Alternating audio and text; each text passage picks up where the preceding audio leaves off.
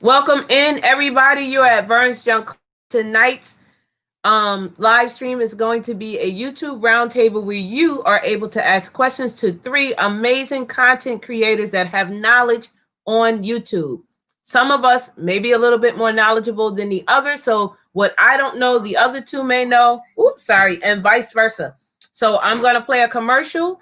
When I come back, I am going to bring up my guest, Kevin K of Tuber Chat and CJ of CJ's Info. So one moment, please. And thank you all again, guys, for being here. Please thumbs us up as you come in and share us out. This commercial is about a minute and a half, I think, or a minute something. And then I'll be right back.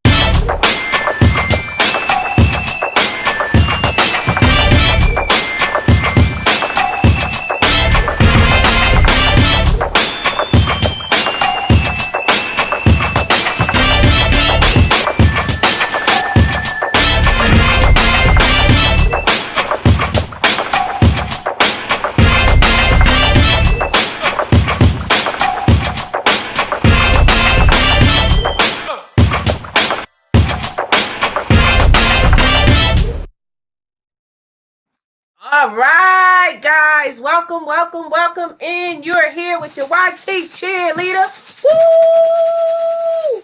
Thank you for being here. Thank you to my mods. I super appreciate you. Thank you to those super chatters. Is that you, CJ? Thank you. And thank you to my member. I think that was Thrill Seeks. Thank you so much. I really appreciate you for becoming a member. So I'm going to bring up on the panel, guys, my two awesome co-hosts. That will be Kevin K and CJ's Info. So give me one moment as I add them to the stream. And then what I'm going to do is I'm just going to change this around here so we all can see each other. I am going to let each one of them introduce theirself, their channel, and then when they come back, we're going to tell you what the theme of today's live stream is. And we're going to let you ask us some questions about YouTube to help you to get your channel to thrive. Now, I do want to let you know that this is not a guarantee that you're going to get a viral video tomorrow. It's just tips to help you increase or change your channel. Maybe there's something they can give you tips on and that will make you or help you get more subscribers and get more views, okay? So I'm going to start with Kevin, and then I'm going to go to CJ, and I'm just going to put us down, and I'm going to let you talk, Kevin. Okay, thank you, Vern. Thank you very much. Thank you, everybody, for joining us. I'm always excited when I can be on Vern's panel. So I'm a professional channel manager. I've been running a few channels for several years, but I started my own personal channel just over a year ago. And then a little bit less than a year ago came Tuber Chat, which is made to give the kind of information that we're talking about here and allow people of any size with their channel to grow and meet more people. So thank you for the introduction, and thank you again, everybody. Please share and give that thumbs up. Okay, thank you. That was Kevin. So I'm going to add CJ to the stream. Give me one moment. And I'm going to let him introduce himself and his. Hey, what's going on, everybody? So the theme for tonight will be Baby Yoda. So let me just show Baby Yoda. So no, I'm just kidding, guys. It's not going to be about Baby Yoda. So anyway, I hope you guys are doing well. Thank you for inviting me here tonight, Vern.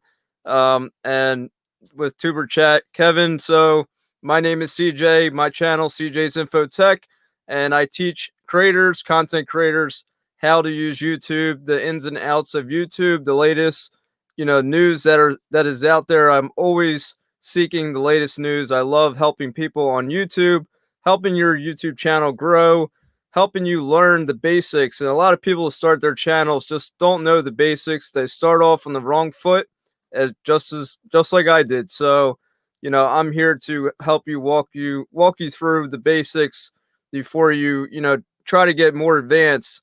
Go back and do the basics and then focus on the more advanced stuff. So thank you for having me here tonight, and I'm looking forward to answering questions with Vern and Kevin. All right. So guys, we are back. Thank you to everyone that's in the stream. And unfortunately, the stream is going really fast. I might not be able to say hi to every one of you.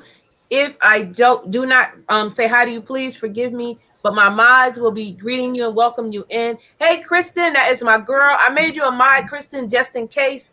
Life Through Our Eyes is here. Hey, Melda, I see you. More Eats is in the building. Moon Goddess, Scratching Pete, I'm going to make you a mod also, if you don't mind. And I do appreciate you again being here. I just got to find you on that YouTube. That is a pro tip for you guys. You can put on the slow the live chat down, right? You can slow the live stream. I didn't even think about it, but I hate doing that because it really, I don't know, I don't like it. I've never done it actually. I use that on Tuber Chat, as a matter of fact. So I set it where you can only drop a message every 10 seconds. Okay, yeah. That's only for the purpose of combating spam. Right. So on most live streams, it's not necessary. But if you do ever find yourself overwhelmed, then it can be an idea. Yeah, you can customize the amount of time that would take for them to comment. So guys, again, welcoming my co-host Kevin K of Tuber Chat and CJ of CJ's Info. If you are not connected, please go over there. We all three are really good people to help you, give you information on your channel. So first, I want to let you guys know you are on YouTube. If you are new to YouTube, welcome to the family. If you are YouTube and you've been here 6 months or more, then you kind of know how it goes. But mostly for new people, now is the time to start your YouTube channel. Why not? 2021. You know why? It is a stream of income. Now, it can range from $100 to $500 to $1,000 to $10,000, depending on what you're doing on your channel, okay? Just because someone has big numbers does not necessarily mean they're bringing in big money. However, someone with a small channel could be making big money. So don't sleep on it. It is a way or a form of having a stream of income. So if you are new to YouTube and you are interested in starting a YouTube channel, you are in the right place. All three of us are going to help you out. So how I would like to start, and welcome in again, everybody, as you're coming in. Hello, that hood girl, Ewa Miss P, Adrian Villanova Vlogs. Hi, MoFit Life. Hi, Jazzy Slots. If you like to ask a question, please be polite. Please be respectable. Our mods are in the stream. The mods are very knowledgeable, so they will time you out and maybe even block you. So be respectful. Give us a few minutes to catch up with you, okay? As we're talking, we may not be looking at the chat as we're answering your questions. So I'm going to put in here welcome in, and after I type in welcome, you can start putting in your questions with a diamond, and then we will answer them as we go. So at this time, CJ, I want to introduce you and just say if you have anything to say, and then Kevin, and then we'll come back as I see the diamonds. I'll put the comments on the screen. Okay, awesome. So yeah, if anybody has, hey, what's up, Vermont Paint? Awesome guy right there, Vermont Paint. So just hi to everyone who's here. I'm honored to be on Vern's live stream. You know, it really means a lot. I like collaborating, and I really need to. This is what we need to do more of, right? We, meaning everyone here tonight, not just all three of us. People who are here in the live chat.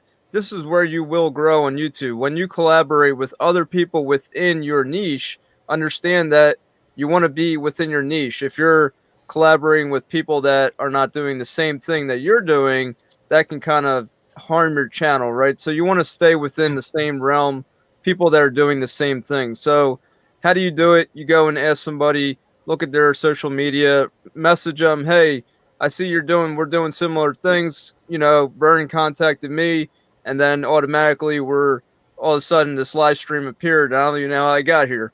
So, you know, but I'm happy to be here, and I want to answer any questions that, you know, anyone has in this live chat for me or any of us. Just put it in there, and we'll try to help you as best as we can.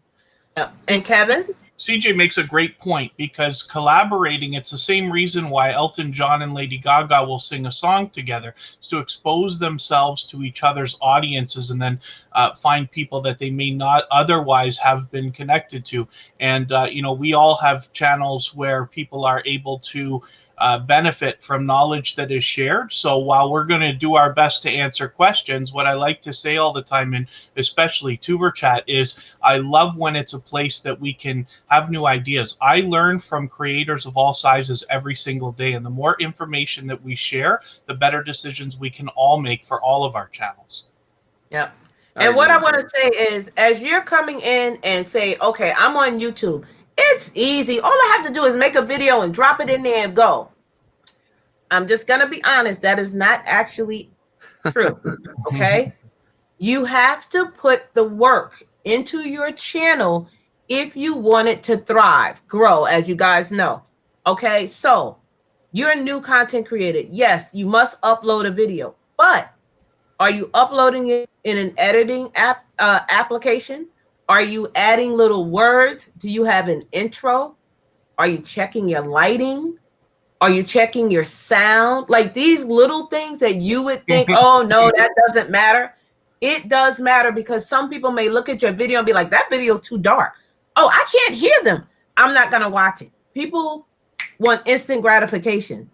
And if your video is not catching in the first, I say 10 to 20 seconds, they may turn off. So how do you guys feel about that? Becoming a new content creator and people having that misconcept of, oh, all I have to do is drop a video and my channel's going to blow up. I'm going to get $10,000. I'm going to have 1 million subscribers. What is your idea? Either one of you can go. Go ahead, CJ. I think it's just, when we start YouTube, we're all about that money, that monetization. I want to get monetized. I need 1,000 subscribers, and I need this. I need these hours. And it's like, you know, we kind of have to take a step back and focus on the basics. And that is, you know, what are we going to do on our channel? What is that niche? What is that topic going to be? You know, when I started my channel, I was very random about what I was doing. I enjoyed making how-to videos, but I was making random how-to videos about vehicles and about my family and about anything I can come across. And yes, some videos were doing well, but the point is that I was so random. And when I came down to realize is that YouTube is something that I really enjoy. YouTube, I enjoy helping people with their channels. And I see so many channels that are just not doing the basics. The first thing that you should do is make an intro video, and it's right there on YouTube. There's actually a creator academy within YouTube Studio, and I guarantee you never saw it, or maybe you never even watched the video. Go in there and watch some videos, and you'll learn some basics from YouTube itself. You know, we have our own knowledge and our own experience from what we see and what we learn, but YouTube actually has a creator academy where there's a list of videos to follow, and they say, make an intro video, make it less than 2 minutes. Who are you and what are you doing on your channel? Okay, and then set that for people who are new to your channel. It sets the stage. It puts the tone out there. Okay, this is what you're going to expect from my channel. Very, very good advice. Oh, sorry. So I don't know if you want to go through and answer that, Kevin, or if you want to answer the question. It's up to you. I'll add to what CJ said just for a second. We'll move on to the next thing. But what we don't want you to do is get what they call analysis paralysis, though. So as well as you can think and you can wonder, okay, I want good titles, I want good thumbnails, I want my video to look good and stuff like that. But don't let that stop you from starting to put things out, though. I don't recommend anybody say, well, I'm going to start a channel 6 months from now. You know, it's better like start pushing out content, because you can always delete it if you change your mind. You can always film and not use it if you don't want to, and things like that. True. I believe that any creator can have 1,000 subscribers if they just put out one quality piece of content per week and never quit. I really do believe Right. that. I Takes agree. more I agree with that. than anybody else. Now, we can get better, and I hope that you will. And I hope that you'll learn from your mistakes and improve as time goes on. But I absolutely believe that that's true. 10,000 I think you're going to have to improve to get to that level. Yeah. And 100,000 can take years. But Yeah. 1,000, anybody I believe can have, but you have to put the content out. You can always get better. And no creator that I've ever met is happy with their first video. I promise you that. No. But I'd say about 3 or 4 years. 3 or 4 Depends. years.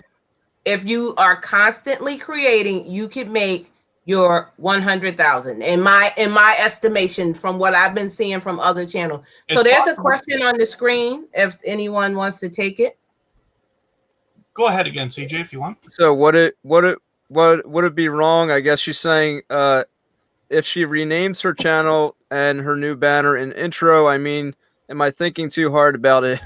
So this is funny because I actually did this myself 3 times. So when I started my channel, I said CJ Matthew. Okay, I didn't like that. Next, CJ's info. Okay, I actually liked it, but I felt like maybe I was leaning into more of the tech realm. Then I realized, okay, I'm not really doing tech videos, but I'm still like in the tech area, meaning, you know, online is still considered tech, even though I'm not doing actual, you know, physical tech, you know. So I changed it to CJ's Info Tech. Of course, I changed my banner. The thing is that if you're going to change it, that's absolutely fine, but be consistent, okay? Now have a logo that says what it is. So my channel banner, my logo, my name, they all connect. They all match up and they make sense, okay? You want your channel to make sense for the audience. And that is the biggest thing I think that we don't understand, is that we need to please, and it's sad to say this, but you need to please the audience, not so much yourself. I always say that. Yep. Don't try to please yourself. I know it's hard to see it like that, where we make these videos and like, yes, I want to, it's for me. It's for me. Well, is it for you or is it for them? You're making a video for a person to watch and enjoy, not necessarily for you. That doesn't mean you can't be happy making your videos, but you have to put it in the perspective of the audience. Are they going to enjoy it? Is this what they want to actually see? What value are you going to bring with this video that you're pushing out? Right. And on top of that, when you get to 1,000 followers, subscribers, people, family members, YouTube actually gives you this poll for you to ask your followers, hey, what video do you want to see from me? They give you a poll. Use it. Even if you use it twice a month, once a week, however you want to do, use it. So Kevin, the next question is from That Hood Girl to the Hood. She says she has 338 videos and she's still under 500. What is she doing wrong, if anything? So what I think about that, right, the analytics are going to tell a story for you. The analytics, if you whether you enjoy reading them or not, I believe we all have to, and that's part of what I'm talking about with improving. You're not always looking for what you're doing wrong. What you're looking for is what you're doing right. So if you go through your 338 videos, but you look in your analytics and find which ones have the most views, which ones have the longest amount of time viewed, based on, let's say, the percentage of the video. If you have a 10-minute video and people are watching, usually 2 minutes of your videos, but that one's got 4 minutes, what did you do? And YouTube gives you tools in the analytics section that show you, sometimes you say things that make people leave, sometimes you say things that make people stay and watch longer. So by reading your analytics, you'll be able to understand eventually the story. Maybe not today, maybe it will take a few days, maybe a couple of weeks, but you will get it. You'll start to see patterns and you can look for what you're doing right as well as what you're doing wrong. Right. And just to piggyback on that, also, you have to be consistent. You can't drop one video this week, wait 3 weeks and drop another one. No, I say, and this is just my opinion, 2 to 3 times a week. If you can't do 3, you have to do 2. If you can't do 2, do 1 live, 1 video. But you have to be out there so people can see you and notice you, because I call it tuber wood, like Hollywood. People like you when they see you. When you're not around, they forget you. This And is I true. think that is so true. Yeah, I agree. I think that we have to be comfortable first, you know, like what works for you? What kind of schedule could you set for yourself?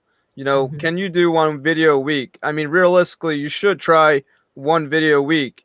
If you can't, then do one video every 2 weeks, but set a goal for yourself. And then after that, say, okay, what day and time can I push this video out? Can I be consistent? Well, you're going to push the video out on this date, but you're going to make the video and edit it on a different date. Okay. So set that one date. I'm going to push it out on this date, but my editing video date, maybe it's a Monday, Tuesday, and I'm going to push the video out. I got to have it out by Wednesday. So you got to set these goals in your mind to have that consistency. Like she said, have that schedule. And what, for her channel, I didn't look at it, but I think that I don't know I haven't seen your channel, but maybe one of the possibilities, I had 300 some videos. I'm down to 88, 89, maybe 90 now. I deleted a whole bunch because I realized that all of these videos were not making sense to my channel. You see, I was getting views on these videos, and that's fine. I'm getting views, but I'm not getting subscribers because the people who are watching these videos are getting the information they need. I'm giving them value, but I'm not giving them a reason to subscribe. They're not interested in subscribing to my channel because I gave them an answer, and they don't. The next video I put out, it's going to be another random video. Now it's not like that. The next video I put out is going to be about something to do with YouTube, my niche. So you have to be consistent on that niche. Yeah. I'm going to answer this next question, Uniquely Lavish. But again, thank you everyone for being here. Please thumbs us up. Please share us out. If you are not connected to Tuber Chat, Kevin K, or CJ of CJ's Info, please, their links are in the description of this video, okay? So, Uniquely Lavish, I'm going to answer this. I'm going to let them answer it, but there's also a video. I'm going to drop that video link here in the chat. It is from YouTube, and it gives you great information on becoming monetized. So, once you become monetized, are there requirements to stay monetized? Yes. It's one, stay active. And you can read up, that's what they tell you. So you have to have 1,000 followers plus 4,000 public watch hours. You guys don't understand what public means. It means your videos cannot be in private when you go up to review. Okay, so they have to be in public status. Don't have other people's videos. So CJ shouldn't have my videos in his videos when he's going up for monetization. Okay, because that means that he's not going to be getting that the time for that. Okay, so once you become monetized and you've met that 4,000, you don't have to make 4,000 every year. You have to stay consistent, meaning you have to keep uploading videos. You have to either keep going live, get on a schedule. Again, once you're monetized, you might want to have that schedule at least once every week. Again, if they don't see you, they're going to miss you. So once you make that 4,000, you just have to stay active. Now, if you are not active for 6 months, say you don't drop another video, you don't go live, you don't go in other people's live stream, you leave YouTube altogether for 6 months, there is a possibility that they may demonetize your channel. So while CJ or Kevin wants to piggyback on that, I'm going to drop that link to the video from YouTube. It is in the YouTube Academy creator, and I'm going to drop it in the stream. I don't know of any channels yet that have been demonetized. But the other thing, too, is remember this. By the time you get your 4,000 hours, you're at a level where you were able to achieve it. And 12 months from now is going to look even better than it does today. So chances are, I think it's going to be very few and far between channels that we see get demonetized for not keeping up. Unless, CJ, do you know? So I heard of not seen, but I know a friend of mine, Nick Pixel, told me some of his buddies who were monetized and just kind of let YouTube go to the side, came back and realized they were demonetized. Oof. So as Vern said, there's actually, from what I know, and I'm pretty sure this is accurate, is that within 6 months, basically you need to drop one video to be continued to be considered active, right? Because you're basically like an independent contractor. You are in an agreement to YouTube. In the YouTube partner program, it states you need to remain active. So by remaining active, you need one video within 6 months, or, and this is crazy, but you actually can post on the community tab one time within 6 months. So Wow. it's kind of wild. You don't even have to post a video. You can be like, hey, what's going on, guys? I'm taking a break or whatever in your community post, and that counts as being active. But I don't recommend doing that. Yeah, me either. I did make a video myself about taking a break where, you know, what's called is the I can't think of it now, but, you know, overwhelming, getting stressed out with YouTube and what's that word called when you're, you know, what is it? No, the burnout, YouTube burnout, right? So being burned out on YouTube, you're making all these videos, you're excited, and you're just frustrated. You're upset because you're not getting what you want. You want more views, you want more subscribers, and it's not happening, and you're just burned out because you're trying so hard. And it's that whole, like, that analogy. I wish I had that little truck, but, you know, a car is that your wheels are spinning, but you're not moving anywhere. You're not going forward. Your wheels are just spinning, right? You want to get that vehicle moving. You want to get your channel moving, not just the wheels spinning. Yeah, I'm going to let Kevin say something. But before that, also, if you feel like you're overwhelmed, instead of you saying, I can't do YouTube no more, I'm going to delete my channel, forget it. Don't do that. Don't delete your videos. Don't delete your channel. You can put your channel on hold. Say if you have a family emergency medical situation. If you have, or you can let your family take over for you, or just say you like CJ said, you want to take a break. You can put your channel on pause. Don't delete the entire channel, because when you do that, you delete everything that's with it. You delete the views, you delete the not the subscribers, the watch hours. You delete all of that that's attached to that video. So Kevin, either you can back on that, or I can go to the next question. The thoughts come across all of us. And what I'd like to say, and I've said this many times, like over my life, not just about social media, about jobs, about all kinds of situations, you can always quit tomorrow. You know, so if you can just, like, I know that things get overwhelmed or things get overwhelming, but there are people now that you're already on YouTube. I'm assuming everybody in the chat has a channel, or almost everybody. There are people already relying on you, and that already want to are looking forward to the next thing that you're going to do. So if you keep that in mind, I hope that helps. But like I said, if nothing else, when it gets like just too much, you can always quit tomorrow. Just sleep on it and see how you feel, because chances are you'll feel better when you wake up, and maybe you can delay a little bit longer and you'll get the wheels moving again. Yeah. Okay, guys. So Major Change Group says, I research my video ideas so I can rank and search. Yes, you have to do the research on your video ideas. Again, you have to put the work into your channel. People are not just going to flock to you because you drop one video, you think it's going to blow up. Vermont Paint says, I even print out the diplomas after every YouTube. That's a great idea. That's a fantastic. You got to give that guy credit right there. I haven't even done that. I got to respect that right there. Yep. That's awesome. Okay, so I'm looking for some more diamonds. If you have questions, guys, please drop a diamond so I can see it and notice it and put it on the screen and we can answer it. Sam's Vlogs, Trains, and More. Thank you for being here. Kevin, they said, Kevin, they agree with your advice.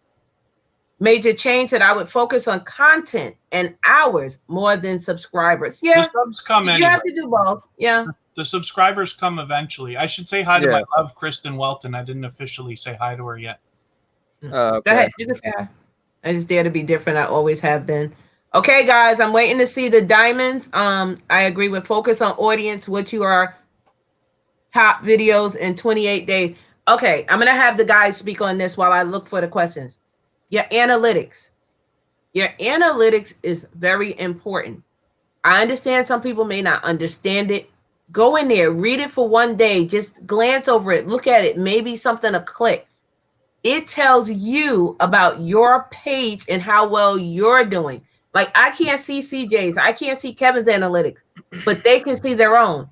This is how you gauge what video I should do next or what's getting me the most views. Of course, you want to do something that you like, but you also have to keep in mind, you have to do what your followers like also. So guys, what do you think about that? She said, agree, focus on audience in your top 28 days and the analytics. You can, how do you feel about that, CJ? I think it's important to look at your 28 days, you know, every 28 days, you know, not every second and be like, oh my gosh, you know, don't stress yourself out about analytics. Analytics are great, but when you start YouTube, you need content first. You need to make content to have analytics to actually analyze. That's what analytics, we're analyzing the data. So if you don't have enough content, you don't really have enough to analyze. So, you know, make your first 100 videos. Get your feel for YouTube. Get your feel for making videos. Maybe not 100, maybe your first 50. You know, analyze your first 50. See what's working, see what's not. When I started, like I said, I was just, my cousin, you know, brought me to YouTube, and he was kind of like that, you know, do DIY and do it yourself and random videos, and he's still the same way. But I have changed. You know, I've changed not to be that way, because from what I learned from the big YouTubers, and we could say, oh, well, you know, the big, whatever you want to say about big YouTubers, well, they know what they're talking about, guys. So if we don't follow what they're doing, meaning if we're not consistent and we don't follow that one niche, we're not going to be successful. So I think it's important to look at the 28 days. I really think, and I talked to Living Better with Style Rucker. Thanks. She was saying hi. With her channel, I saw some things is where you're not making evergreen content. You know, when we make videos about certain holidays or certain timed events, certain timings, these are videos where they're one-time ordeals. They're once a year, twice a year. So that means the views will not come until that time happens again. Make evergreen content, which means videos where people want to watch all the time, that they would want to search for all the time. Understand that YouTube is a search engine. It's not like, oh, we just come to YouTube and we watch a video. Well, you probably search something in YouTube, or you saw something in front of you, which is something that was there for a long time. It has a lot of views.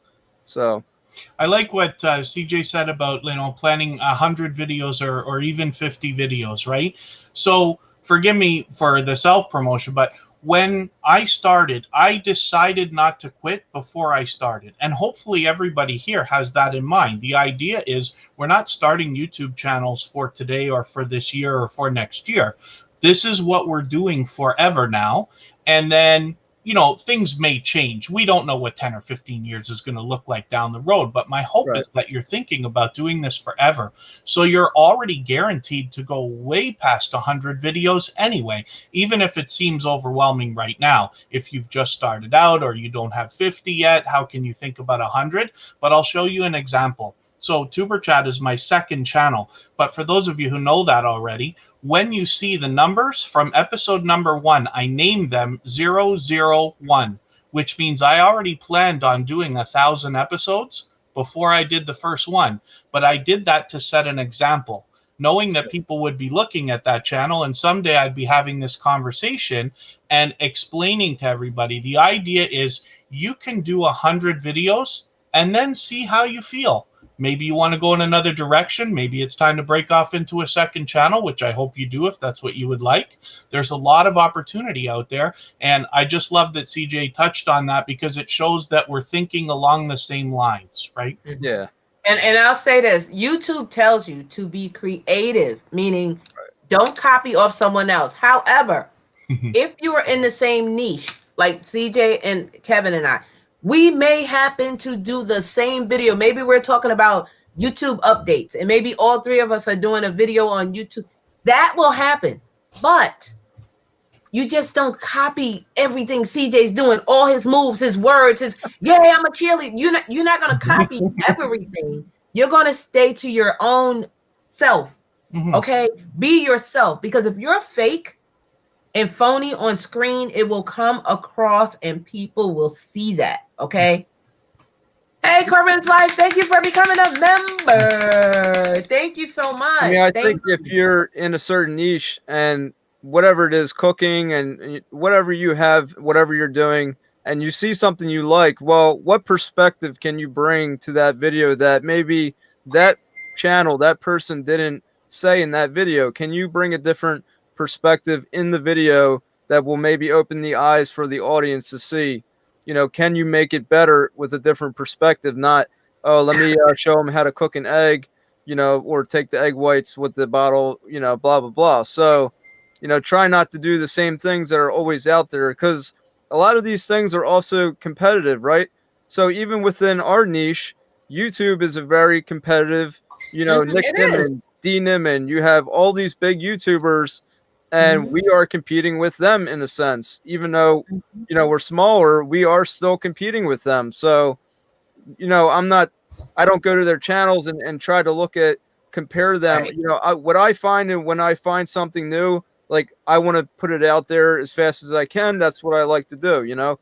So if you do see an idea out there that you strictly like would love to copy, if you're like, oh, I want to do that exact thing, an idea can be to reach out to the creator who made that video and explain your love for it and say, like, listen, I really like what you've done. Either I was thinking about doing it and you got to it first, or something else. Maybe there's a way that you can find a collaboration, or the other person will probably be willing to help you find a way to do a video just like it, but add a twist that you haven't already thought of. And then you can start getting into collaborating by like saying, oh, you know, they did a video, check that one out. They will do the same for you possibly. There's lots of ideas out there. I actually made definitely give them credit. If CJ did light bulbs of 2021, and then I say, oh, wow, CJ, big shout out. He did light bulbs of 2021. I'm also doing it too. But give them credit, because if you don't, your name will get around that, wow, you're copying off of Kevin. You're copying off of CJ. That happens. YouTube is huge, but it's also this small. So please remember that. Thank you, all my members. Thank you, Booskies. My Booskies are in the building. They're in green. Thank you. So Eat to Live Strong said, being consistent speaks volumes with your channel. It does. Yes. It really does. YouTube tells you that. You know, and you guys have to learn how to read that stuff. Even though we give you the information, don't take our word for it, because you may misinterpret it a certain way. But we're not going to tell you anything wrong. But definitely, if we tell you, oh, if you put out a video and you pin the comments, go and look it up in YouTube saying, does pin the comments really help my video? You know, even though we're telling you, go search for yourself. Okay. Right. Yes, I give a ton of info away, said the Moon Goddess Oracle. All right. That Hood Girl says, wow, okay, this is good info. Thanks to three of you. You're so welcome, sis. You're welcome. Family said it did not. Unders in the house. What's happening? Listening down under. Living down under. Short bus pull up. You got a lot of people. Hey, Short Bus. Hi. Nice. Yes, guys, if you have questions, put a diamond or put the word question just so I can see it pop out. Yeah, I mean, this is a great opportunity for us to answer your questions. And one thing I always say, if you don't ask a question, you're never going to know the answer, right? It's going to be a no in your mind, or you're not opening your mind. I always try to keep an open mind. I'm always learning. I don't know everything, but I always try to learn more and try to get better at whatever it is that I'm doing in my life, not just here on YouTube. So have an open mind. Do not have a closed mind, and feel free to ask questions. Don't think it's a dumb question, because the next person in this chat's thinking the same thing. No question is a dumb question. I've always said that. And yes, congratulations to all those that got monetized last year, the ones that got monetized this month. Nice. I'm so happy for you guys. And February 2nd is my anniversary being monetized 1 year. I'm like stoked, because I never would thought I would have gotten this far. But yes, she said she got her first paycheck. Yay! Very, very good. Yeah, I think my 1 year monetization's February 5th is 1 year for me. So I was a couple days around the same time. Good. Right after you, Vern. And CJ, also talk about when they get paid. Okay, so you get paid once a month on the 21st. However, every month is different. Okay, guys, don't think, and I'm just saying, you made 2,000 this month. You're going to make 2,000 next month. You might only make 500. You might only make 110. So can you guys speak on that, of how once you're monetized, that there is a difference and why there is a difference? Let's talk about that. Again, go ahead, CJ, if you want. So I mean, we all notice as creators, and you in the chat might know, as she said, the 21st is when you should get paid. Doesn't mean that you will get paid. It depends on if there's a holiday coming up. This 21st of this month, I believe, is on a Thursday. So, you know, if you're making $100 or more, is what the threshold is, YouTube, Google AdSense will pay you if you are verified with Google AdSense. You have your PIN, you get a PIN, and you enter it in. I actually you have to have this right here, guys. This is the Google AdSense PIN, okay? Comes right from California. So put it up to the screen so you guys can see it. Yeah, it says AdSense on the back. Yep, it says I've Google. sitting there for a while. You know, you got. I got mine too. I didn't throw it away because you might need that number again. So you put that PIN in, and once the PIN's set, you verify your address, you enter your bank account information. Now, some people don't know this. You can actually say, "Hey, I don't care about $100 a month. I want to let it build up, and when it hits 500, pay me out." So you can save it for a rainy day, and on the 21st of when it builds up to 500, then they'll pay you out. But if you just want that 100 every month, you can make more than 100, but I'm saying you have to have 100 minimum for Google AdSense to pay you. So you might have a holiday, so that might interrupt the payment on the 21st. It will be paid on that following workday, that Monday. So it's really, I'm trying to think of anything else, Kevin, that you can think of about that. Well, as far as income, so I can tell you. So I manage a handful of channels, right? Not a big handful, but I do manage a handful. The biggest one now just passed 11,000 subscribers, and that channel, for instance, this past August and September was making about 5,000 Canadian, which would turn into about 3,500, maybe a little bit more US, for instance, not including some Amazon stuff, then this and that. There's lots of different ways you can make money. That particular channel is down in income greatly over the last couple months. And the reason why is because on that channel, the host was doing a lot of outdoor live streaming, which in our climate is not possible. And even if it is, it's just not the same effect, right? People love the good weather and this and that. That channel will do very well in this, you know, about 3 months from now. But for right now is kind of just, you know, like chugging along, right? And a contrast to that, TuberChat has the income went down, I think, in November, and is slowly climbing back up, but it's very consistent. So depending on the different things you do for your channel, you never want to bet on how much you're absolutely going to be getting. What you can do is watch. They do a great job of estimating. Now, it's always estimates, and I know it's frustrating, but they do kind of let you know where you're at. They're always telling you. They tell you day by day over the last 28 days, your income is up or down. Your views are up or down. Your engagement is up or down. So you can make quick decisions. And, you know, hopefully that's helpful. But you just don't want to bet on the income right away. You will get to have instinct and know what's going to happen after a little while. But get a few paychecks under your belt first and just be... it always changes. That's again reading your analytics. I'm just gonna go back. I'm gonna come back to Vermont Paint. Major Change Group said yes, you actually do have to maintain. You have to maintain, but you don't have to get 4,000 again. So if you are constantly making videos, that 4,000 is gonna go up anyway. I heard someone it'll never drop below. It'll never drop below 4,000 unless you completely stop.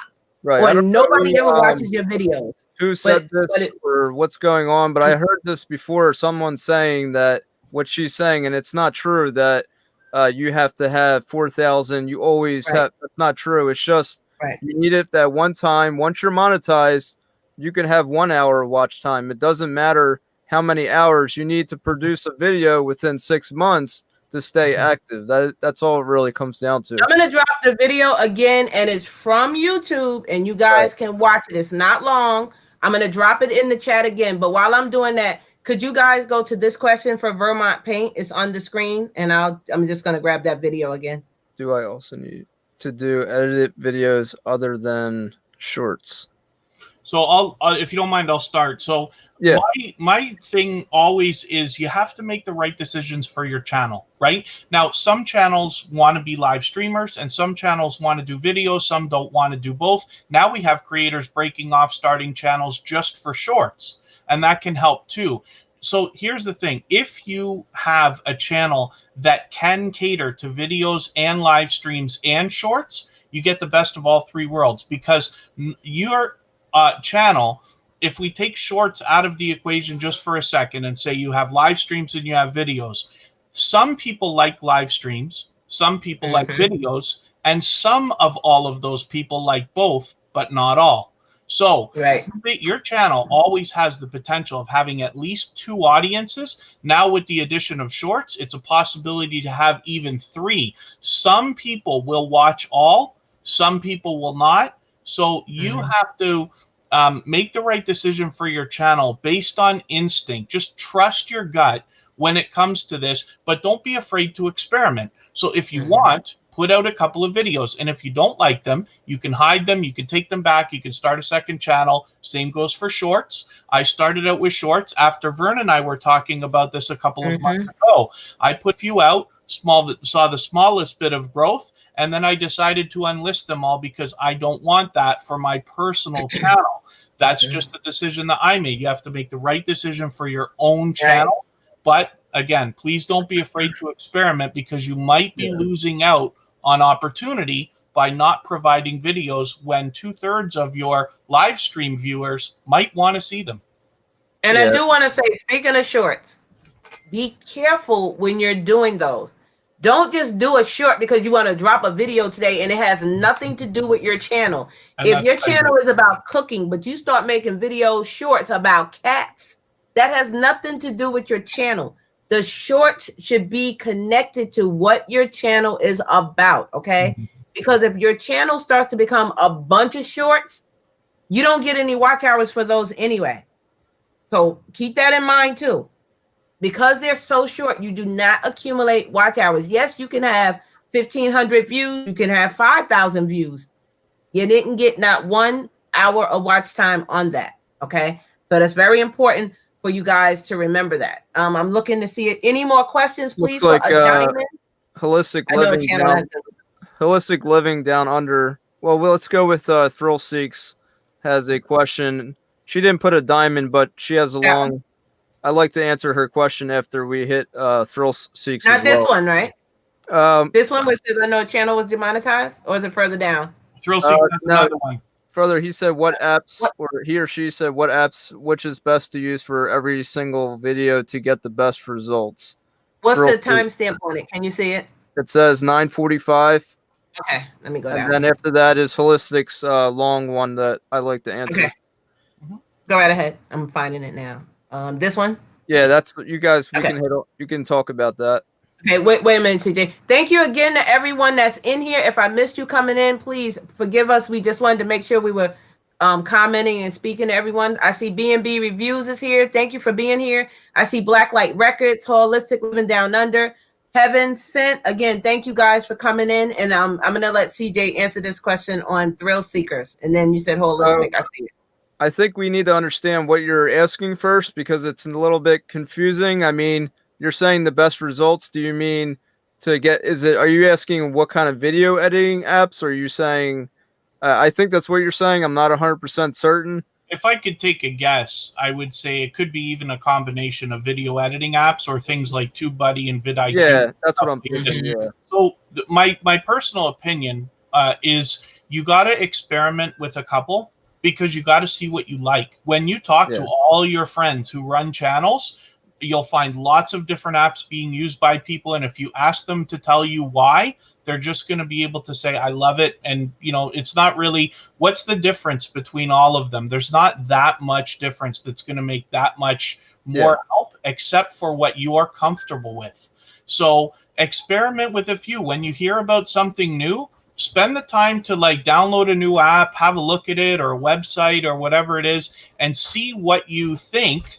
and maybe even experiment. Say, okay, well, I used vidIQ, for instance, for one app, and I used TubeBuddy for another one. And when you're editing, try using Movie Maker Pro, or if you have access to iPhone stuff, try using iMovie and see what you like, because the workflows are a little bit different. It does matter, but just, again, trust your feeling there. The differences don't matter at our level, I don't believe, anyway. Okay, yeah, I agree with that, Kev. What Kevin's saying, try out different apps. Same thing on your channel. Figure out what videos are working, what videos are not. Holistic Living Down Under saying, well, real quick, back to before I say anything with hers, is that, Kevin's saying we should all have the YouTube mobile app on our phones. Everyone uses YouTube on your phone with that app. You are limited to certain things like adding music. You can't do it with that. You can't change your channel banner with it. You can change your profile logo picture.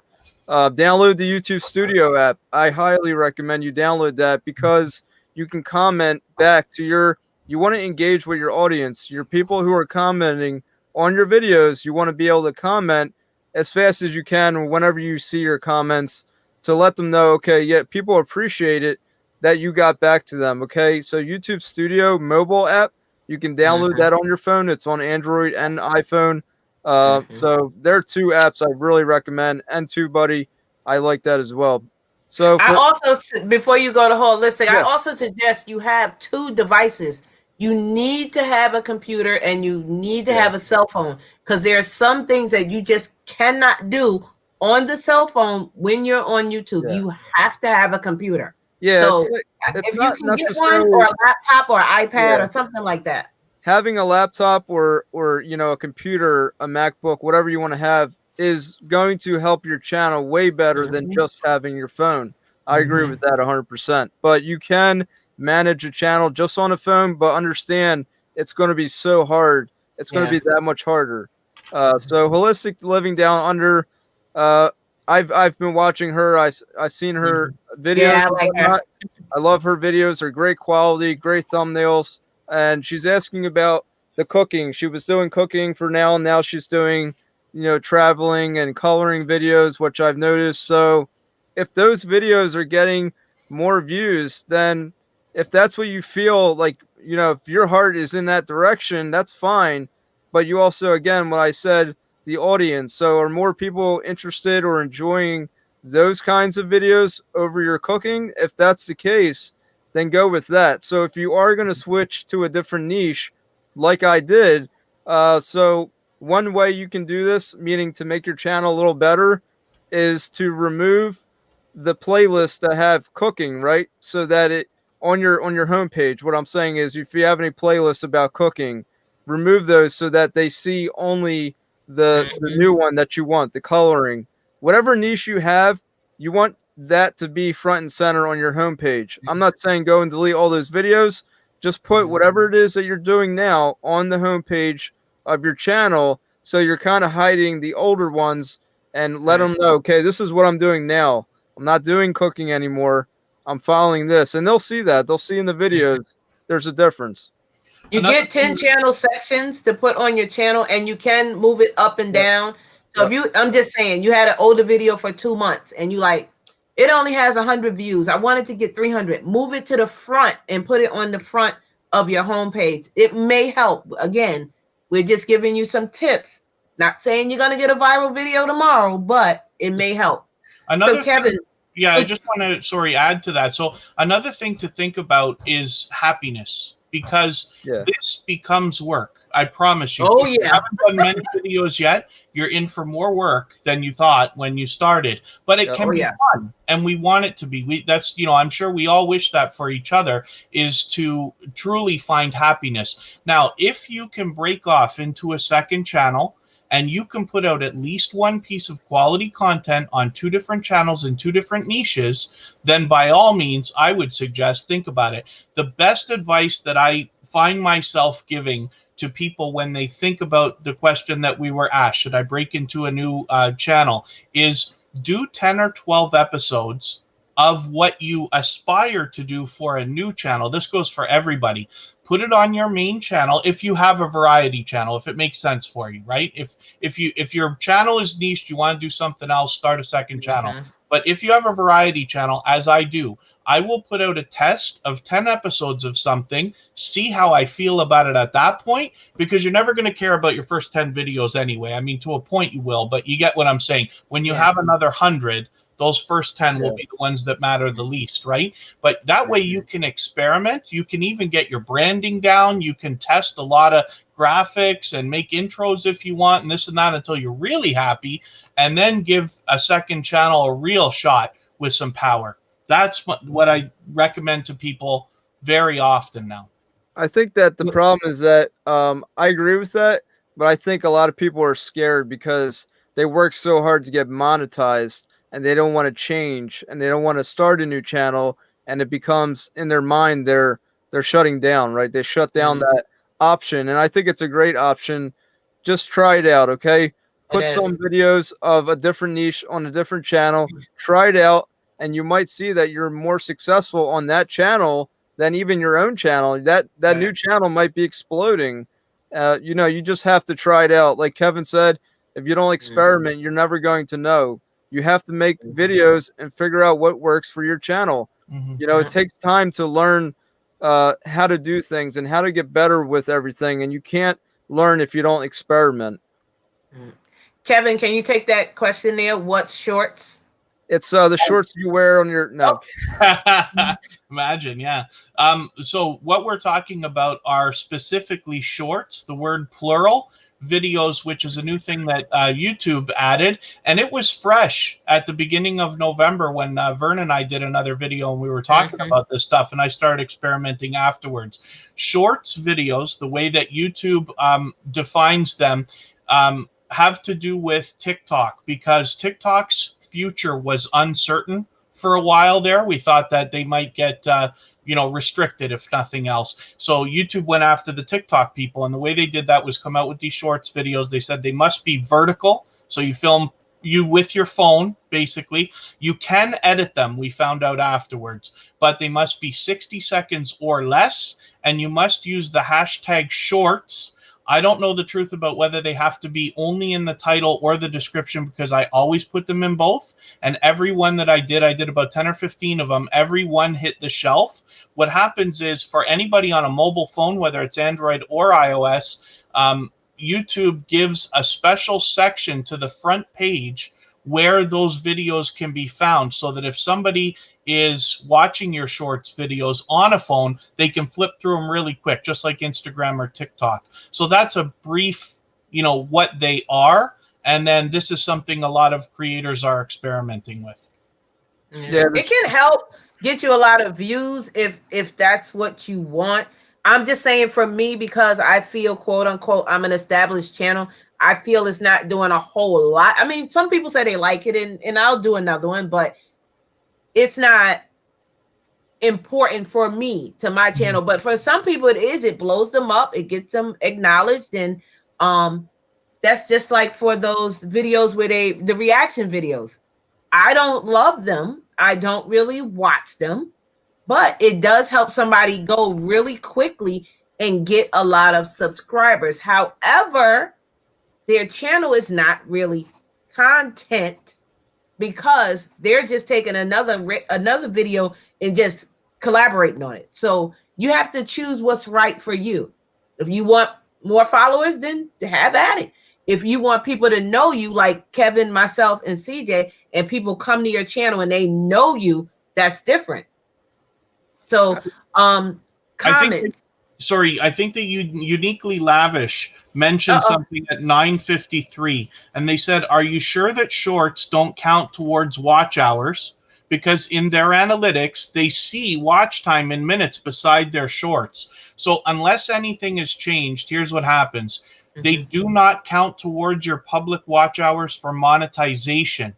You do get time for them, but they are not the same public watch hours unless somebody is on your channel and finds them through another method, whether it's the YouTube app or whether it's especially on a computer, a web browser, and they come across your video, and you can force that. You can make a playlist, put it on your front page, and try to force people to watch. And if you do, then those count towards watch hours. But it's going to be so few compared to the views that you get by the winning the lottery aspect of YouTube pushing them out on that short shelf, that you really got to be careful about that. The way you're reading your analytics, the only number that matters when you're looking at getting monetized is the number on the monetization tab.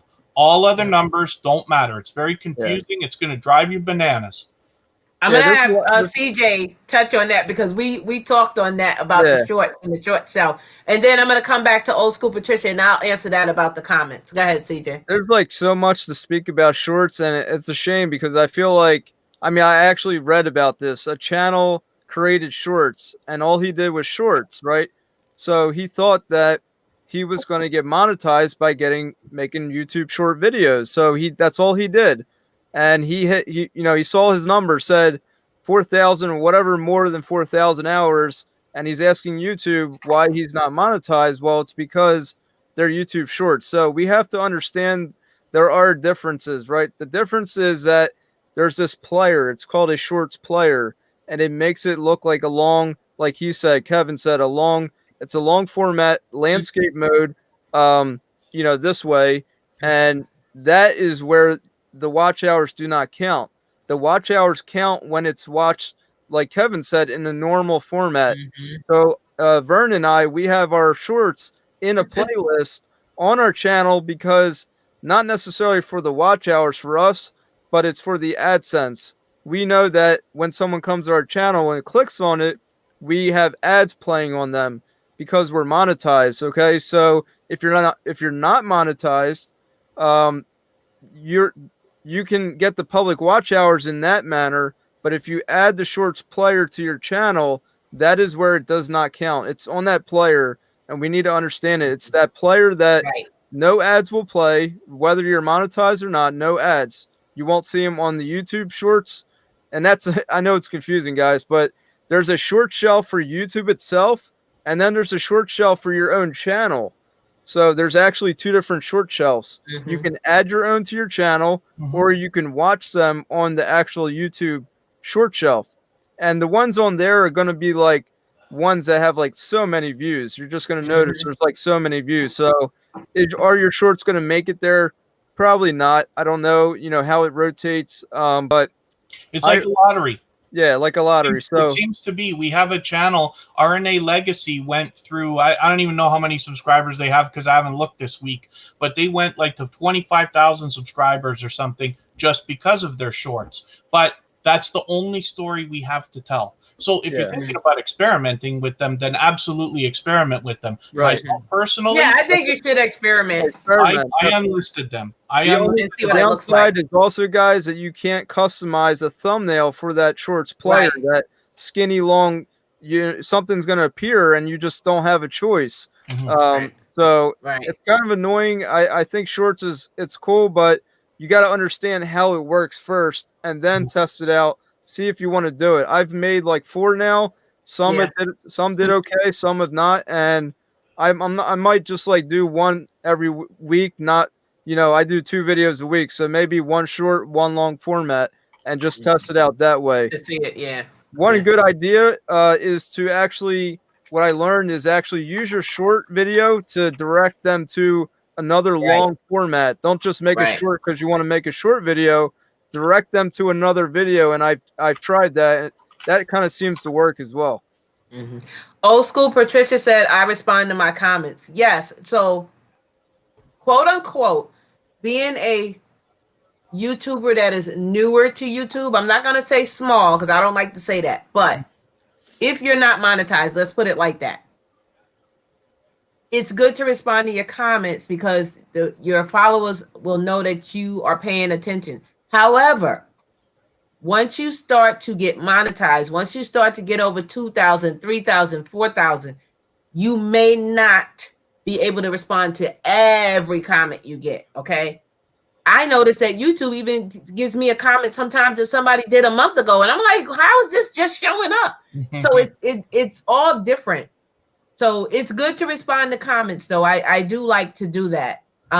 Forgive my self-promotion. So I did do a video called How to Keep Up with the Comments. And the funniest part about it is I've done a great job up until about 3 weeks ago, and then I slacked. On my personal channel, I wasn't answering any comments, and somebody called me right out on it. So they're not only noticing when you make your comments, they're noticing when you don't. And somebody like slapped me right in the face and said, very good job keeping up with the comments, after I made a video that said about keeping up with the comments. So you can check that out. It'll make it faster. But yeah, at some point, I hope for everybody, it gets so overwhelming that it's impossible. Now, I'm just going to go through the chat and see if I see any questions. But can you answer the one? I'll put them on the screen. It says, I noticed a lot of people mention OBS. Is there an idiot's guide for that? I have a computer background, but have never got into video editing. Do you use OBS, CJ? I'm not sure what I have used it. I have StreamYard, Streamlabs OBS. I have used it. I've leaned more towards StreamYard just because it's just simpler to me. But I have used it in the past. I could still use it if I want to.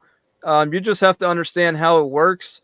Is there an idiot's guide? I would say not necessarily. Maybe on YouTube there is, but maybe what I would say, go on YouTube and search an OBS. There's a lot of videos that will show you how to use it in a very easy way. StreamYard really, to me, StreamYard is very simple for everyone here on YouTube. It doesn't take long. I've made videos about StreamYard, and people said they couldn't believe how easy it was after they watched my video. Like, thank you. Right. Yeah. There's a lot of tutorials out there. So I was using StreamYard up until now, and now I use Streamlabs OBS. But just because you specifically said you have a computer background, I promise it's very easy. Everything has a learning curve. You open up the program, it's going to take the hour to get using it. Once you've done the first two things, you basically know how to use the whole operation. So again, it can be overwhelming, but it's interesting to know what's out there. Again, so you can make the best decision. When occasionally I might go back to StreamYard, which I'll use on my personal channel, and same with CJ saying he prefers StreamYard. There's a lot of aspects to using a simpler interface, something that just gets the job done. Yeah. Streamlabs is just useful for adding bells and whistles. Yes, it is, Melda. YouTube is real work. Again, thank you everybody that's coming in. If I missed you, I apologize. My mod should be welcoming you in. I'm going to go down the chat a little bit further because I'm up a little bit too high. I want to get down to some questions. This makes sense. My wife has said to me to enjoy what I do with my videos, said Thrill Seeker. If you don't enjoy what you do about YouTube, guess what? We're not going to enjoy it either because we're going to see that you're not happy with it. That it really is true. You sure that? Okay, we said that. Okay, I'm going down. If you guys see a question, let me know. I will click on it. I'm going down. Again, guys, if you guys have questions, put a diamond so I can see them. It will stand out to me. I like them for my short motivation videos. Yeah. So if I have 2,000 watch time in minutes, I won't get the 33 hours. Now, Uniquely Lavish, where are you looking at for minutes? Because YouTube changed from minutes to watch hours back when they got rid of beta. So I'm not sure where you're seeing minutes at unless Kevin or CJ knows. I'm not sure how you can switch that. I always say, in the YouTube studio, there's that, that gauge. What does the gauge say on your channel? Look at that gauge. If that gauge says you're halfway there, you're halfway there, okay? Oh, yeah. Yeah. Remember the gauge? That gauge is telling you. It's true. We love the idea for some reason of it being complicated with the watch hours, and there's so much information out there, and there's it's just overwhelming. But I promise you, again, the only number that matters is the number on the gauge that CJ is talking about on your monetization tab. Just make that needle move. It really is that simple. Numbers don't matter, and you only have to do it once. Once you get to your 4,000, I promise you're not going to be worried about it anymore. And once you get there to your 1K, they send you an email saying something about bananas, and that's new because when I got monetized and I got my 1K, they didn't send me nothing about bananas, but they are doing it now. And they'll say, hey, you have reached 1K bananas. Or when you get to the 4,000, I want everybody to be clear. And I'm going to talk about monetization in about 10 minutes. When you get to your 4,000, your whole dashboard is going to change. I wish somebody would have told me that when I got monetized. So they never, and then again, a lot of people are not like me and Kevin and CJ that will take our time and explain to you. Before I got on YouTube, okay, before, they would just say, yeah, you know, do it your own way, get there as fast as you can, you on your own, you SOL. I don't like that. If I'm asking you a question, CJ, how do I go into my YouTube studio? Oh, just go in there and click it. Well, that's not helping me. Right. I'm the kind of person that likes to tell you, well, you go here, click on your picture, go down to studio, click in there, because not everybody understands that. Yep. So it is in watch hours. So I'm not sure what she's seeing the minutes at because that been changed. Sorry, that PA Scratcher guy is just mentioning at 10:07 here. He says, I see mine in hours on my computer, but minutes on my phone. So I don't use a lot of analytics on my phone. They're in the studio. Okay. They're in the studio. That's why the studio is still in beta. Just look at it on the desktop, guys. If you don't have a desktop, you can go into Google Chrome and request desktop site. Hit the 3 little dots. The bottom right corner, you can change it to desktop mode. You can go into monetization and see that gauge. Yeah. If you have Safari, there's 2 little A's at the top left corner, and you can request desktop site there. So you can access YouTube Studio through the desktop mode on your phone if you don't have a computer. So you only want to Did you do a video on that, CJ? Yeah, I just made a shorts video. It was pretty fast, and I think it was a little too fast, but I was testing it out. You know, how you can edit your channel on your phone, you know, with YouTube Shorts video. And I talked about that, how you can use Safari and Google Chrome to desktop mode. So guys, check out his video. So Old School Patricia says, how do you post the comments while sharing your screen? Every time I do a live, my comments show up on the screen along with the share screen. Are you using Streamyard? Because if you're using Streamyard, it's in the chat and you just click on it. Okay, this is what some people may not be doing. You have to actually click on the comment that you want to show. If you click off into a white spot, it'll go like that. You have to click on the comment that you want to show. I'm hoping that's what you're talking about. There's also a panel and it says private chat and comments. Right. And when you first go into the studio, it's on private chat. You have to click that comments. It's up in your corner there. You'll find it. And then you'll see what's going on in the chat. That's what Vern's talking about. Yep. So if you guys see a question, let me know. I'm going down. Landscape is always okay. Yep. Okay. Yeah, that's funny. That's, you know, that Vermont Paint made a good point right there. As funny as it is and as stupid as it is, when I started my YouTube channel and I was making random videos about how to do this, how to do that, I was making videos this way in portrait mode and you know, vertical format. Now it's like shorts. But the thing is that when I started, I was doing this and I didn't realize that had I just turned it this way, I would have got the bigger picture. And I didn't know this until about almost 30 some videos. I was, you know, recording a car show, and one of my subscribers or viewers was that I wish you would have turned the phone sideways and so I could see the whole picture. I'm like, bam, there it is. Like, why didn't anyone tell me? Why didn't I not turn the phone in landscape mode? And I've been making videos for that long. You know, it sucks, but it is what it is. And I have a video out about that, how to actually, I think it's called Ask Your YT Cheerleader. There's a lot of information in those videos, guys. We are helping you, okay? So please go watch the videos that says the title so it can help you. Uniquely Lavish says, but they play ads on my unmonetized shorts. Now, this happened recently with the change and the updates that YouTube did. And I have a video coming about more updates, I think Saturday or Sunday. But if you are not monetized, YouTube is their platform. They now play ads on any video, doesn't matter if it's a short, a video, whatever, that they want, because guess what? It's a business for them, guys. This is what I tell you. After you get monetized, what else do you have going on? Stop rushing to get monetized in 6 weeks just because you want to have bragging rights. Okay, so now you're monetized in 6 weeks, but we've been monetized for 2 years. How are you going to tell us anything different? Mm-hmm. What are you doing on your channel? Do you have merchandise? What kind of videos are you making? Just crap? If you're making crap, just think about it.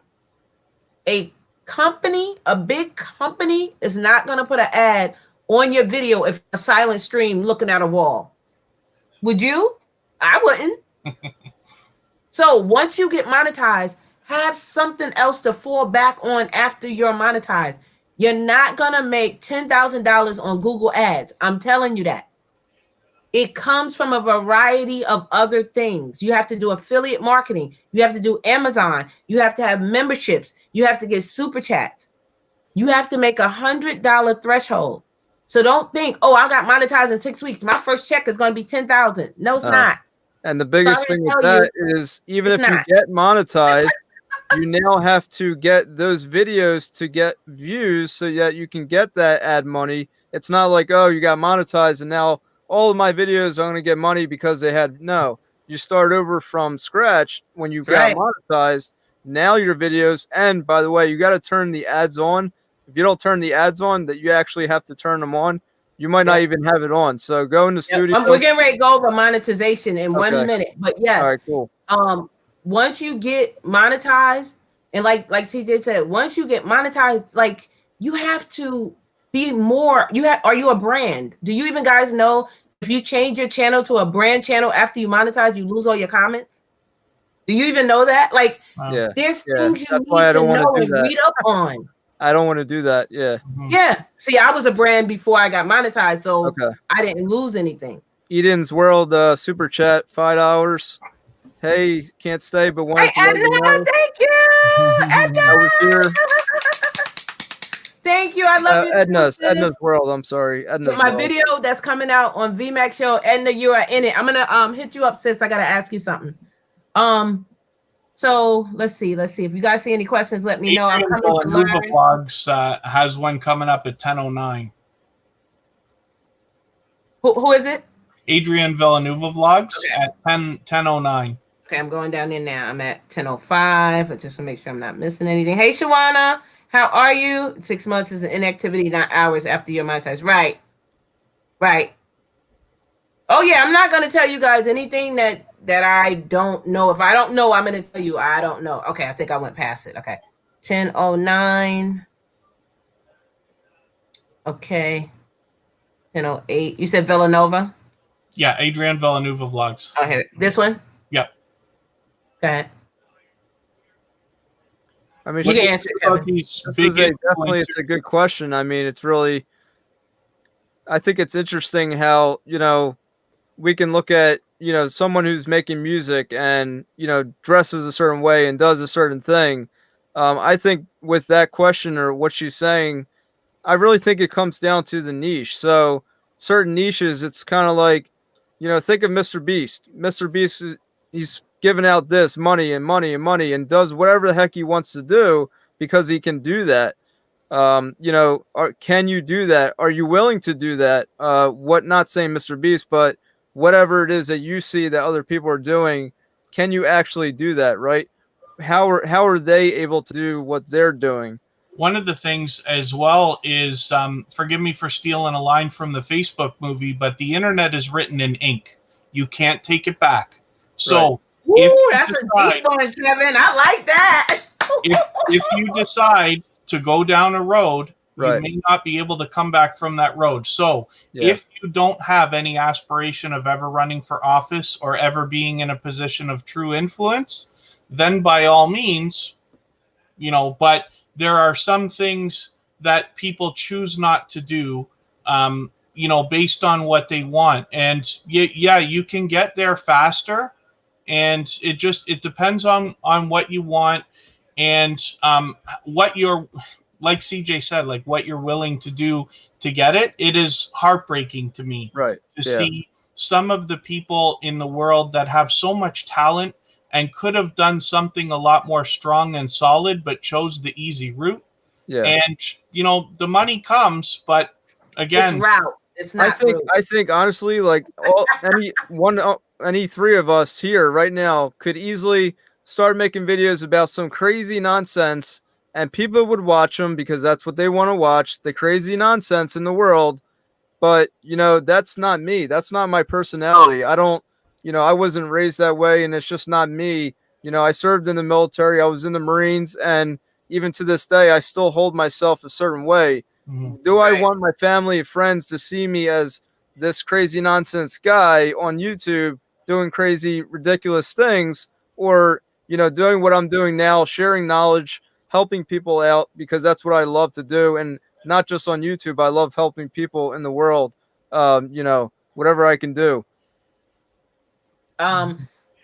Christina wants to know where you see the gauge at. Can you tell her, Kevin? It's really easy, Christina. No, we talked about it. Yeah, we talked. She was talking. A few people let her know in the chat. She knows it's on the left side of the YouTube studio on a computer. Yeah, just call monetization tab. Yeah. Yeah. Yeah. Let me just go over this quick fast. Monetization. Okay, what is it? It means that you will get paid through Google AdSense to place ads on your videos. It doesn't go back from when you started. It goes from when you met the threshold of 1K and 4K. Once you have met that, so if you had a viral video before you got monetized, they don't go back and pay you for all that. So just be aware of that. People think, oh, now monetized, they're going to pay me for all that, right? No. From the minute you get monetized going forward, okay? You can be declined monetization. Some ways are if you have more content, more silent streams than content, they can deny you monetization. If you have reused content, they can deny you monetization. Mm-hmm. If you have other people's videos that did not give you permission to use, you cannot. Sometimes they will deny you monetization. Okay? Real quick, Vermont Paint made a joke and said, well, if I paint topless, well, if you paint topless, trust me, YouTube's not going to, you know, if it was a woman, whatever, I don't think painting topless is going to fly. You know? Yeah, but we don't want to see that anyway, because I mean, not everybody wants to see that, regardless if they're showing everything. When I go to some drama channels, I come out because that's not what I want to see and do. Right. But somebody don't always want to see me happy and woohoo. Some people don't want to see that. Everybody's not going to like you. That's part of the magic of YouTube. There's over 37 or 38 million channels or whatever it is now. There's something for everybody. And there are people who are going to like you and there are people who are not going to like you. But if we weren't all doing different things, then YouTube wouldn't be what it is anyway. So. Right. And also if you have, I said the silent streams, other people's content, and if they do deny you monetization, just say you had 2,000 hours. You have 30 days to make that up. So this is why I tell people don't do silent streams. However, the only way I would tell you to do a silent stream is if you're close to your hours and you've never done one before and you do one or two. Okay. But if you have 100 silent streams and you only have 20 videos, that is a way that you may be declined monetization. Okay. So what it means to be monetized is you can promote your business. You get in the YPP, which is the YouTube Partner Program. You have to sign a contract. Read the contract, even though it's electronic, online from YouTube. So what? Read it. There may be something in there that you don't agree with. Don't just sign it. Oh, I'm monetized. Oh, I'm just signing it. No. Did you read it? Did you read it? It'll tell you. And this is where people ask me, oh, YouTube is taking 30% of my money. Did you read the contract? Some people get 5. I think it's different countries. Some places you can't even be monetized. That's right. Did you know that? For ad money, I believe you keep 55% and YouTube keeps 45%. For super chats and all that, it's different. You keep 70%, YouTube keeps 30%. And as well, if you're on an iDevice, if somebody gives you a super chat from an Apple product, then Apple takes 30% before YouTube takes their 30%, and you're left with less than 50. But it's important to know that. Yeah, and some iPhones you can't even see it. Because I've had people that say, I'm on an iPhone, I cannot see your super chat. I haven't heard of that, but what YouTube did is they said, okay, we'll play by Apple's rules, but we're going to raise the price for iPhone people. So you'll notice sometimes somebody will send a super chat for, I forget if it's $17.99 or something like that, but it only has the effect of a $10 super chat, because in the end, this is what is coming. It's just important to know. It doesn't matter unless it matters to you. Like I sent that 99 cents earlier. I have an iPhone. I sent it through my YouTube mobile app, so I got taxed 30%. But had I sent the 99 cents on the computer through Google, I would have no tax. So it's, you know, the super chats it's just strange how they do it, but Apple, they want their money. So like Vern was saying, though, if you read your agreements, read your contracts, you should at least know what you're in for. The number is.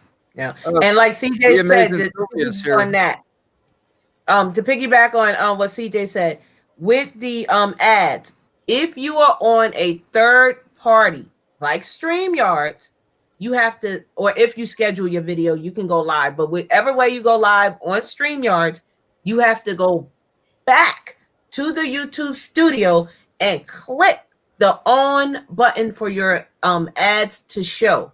And if you're getting memberships, you have to set up your memberships. Okay, you have to make little emojis and badges. YouTube does give you some that they have, but I'm quite sure you want it to be more to your channel, so you have to make these.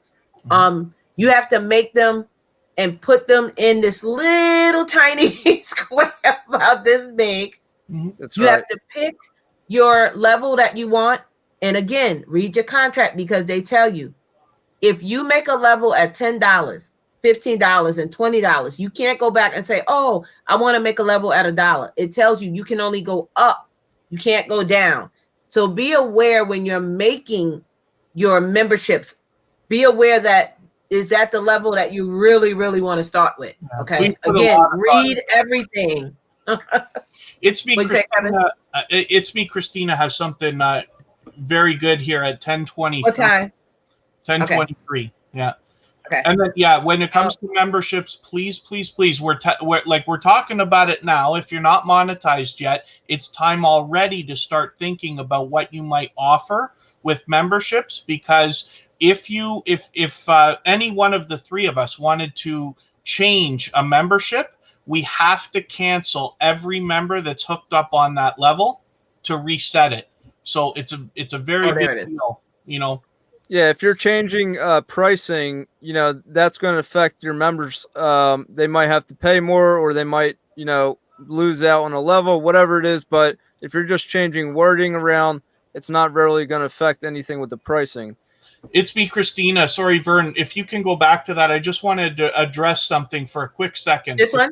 Yeah, it goes along with what you were saying. So I didn't know they keep part of the super chats. Do they keep money if someone sends you money through PayPal or another service? No, they don't. And you will eventually find people who will insist on not giving you super chats, but using a backdoor service like that, which there's not necessarily anything wrong with, but please be careful. It could be against the terms of service.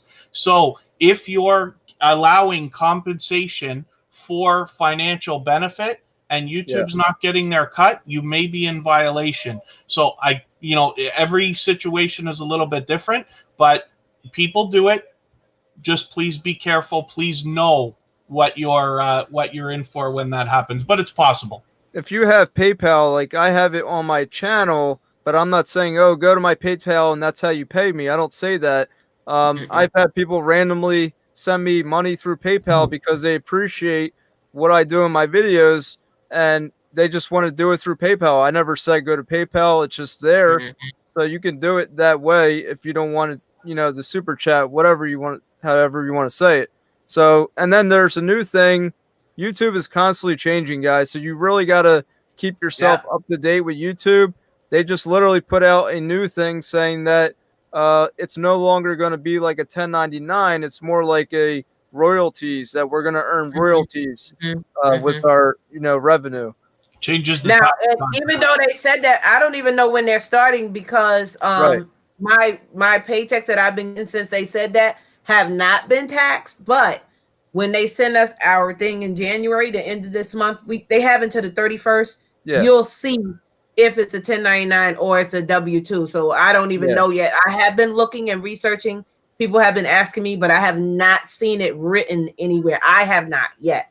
The tax consequences may be slightly different, and it turns into, for our sake, it turns into an amount. You can seek financial help with that if you have somebody that does your taxes or a bookkeeper or something like that. The government knows what they're supposed to take anyway, but it just has to do with how it's regarded by the IRS or CRA or different organizations in different countries.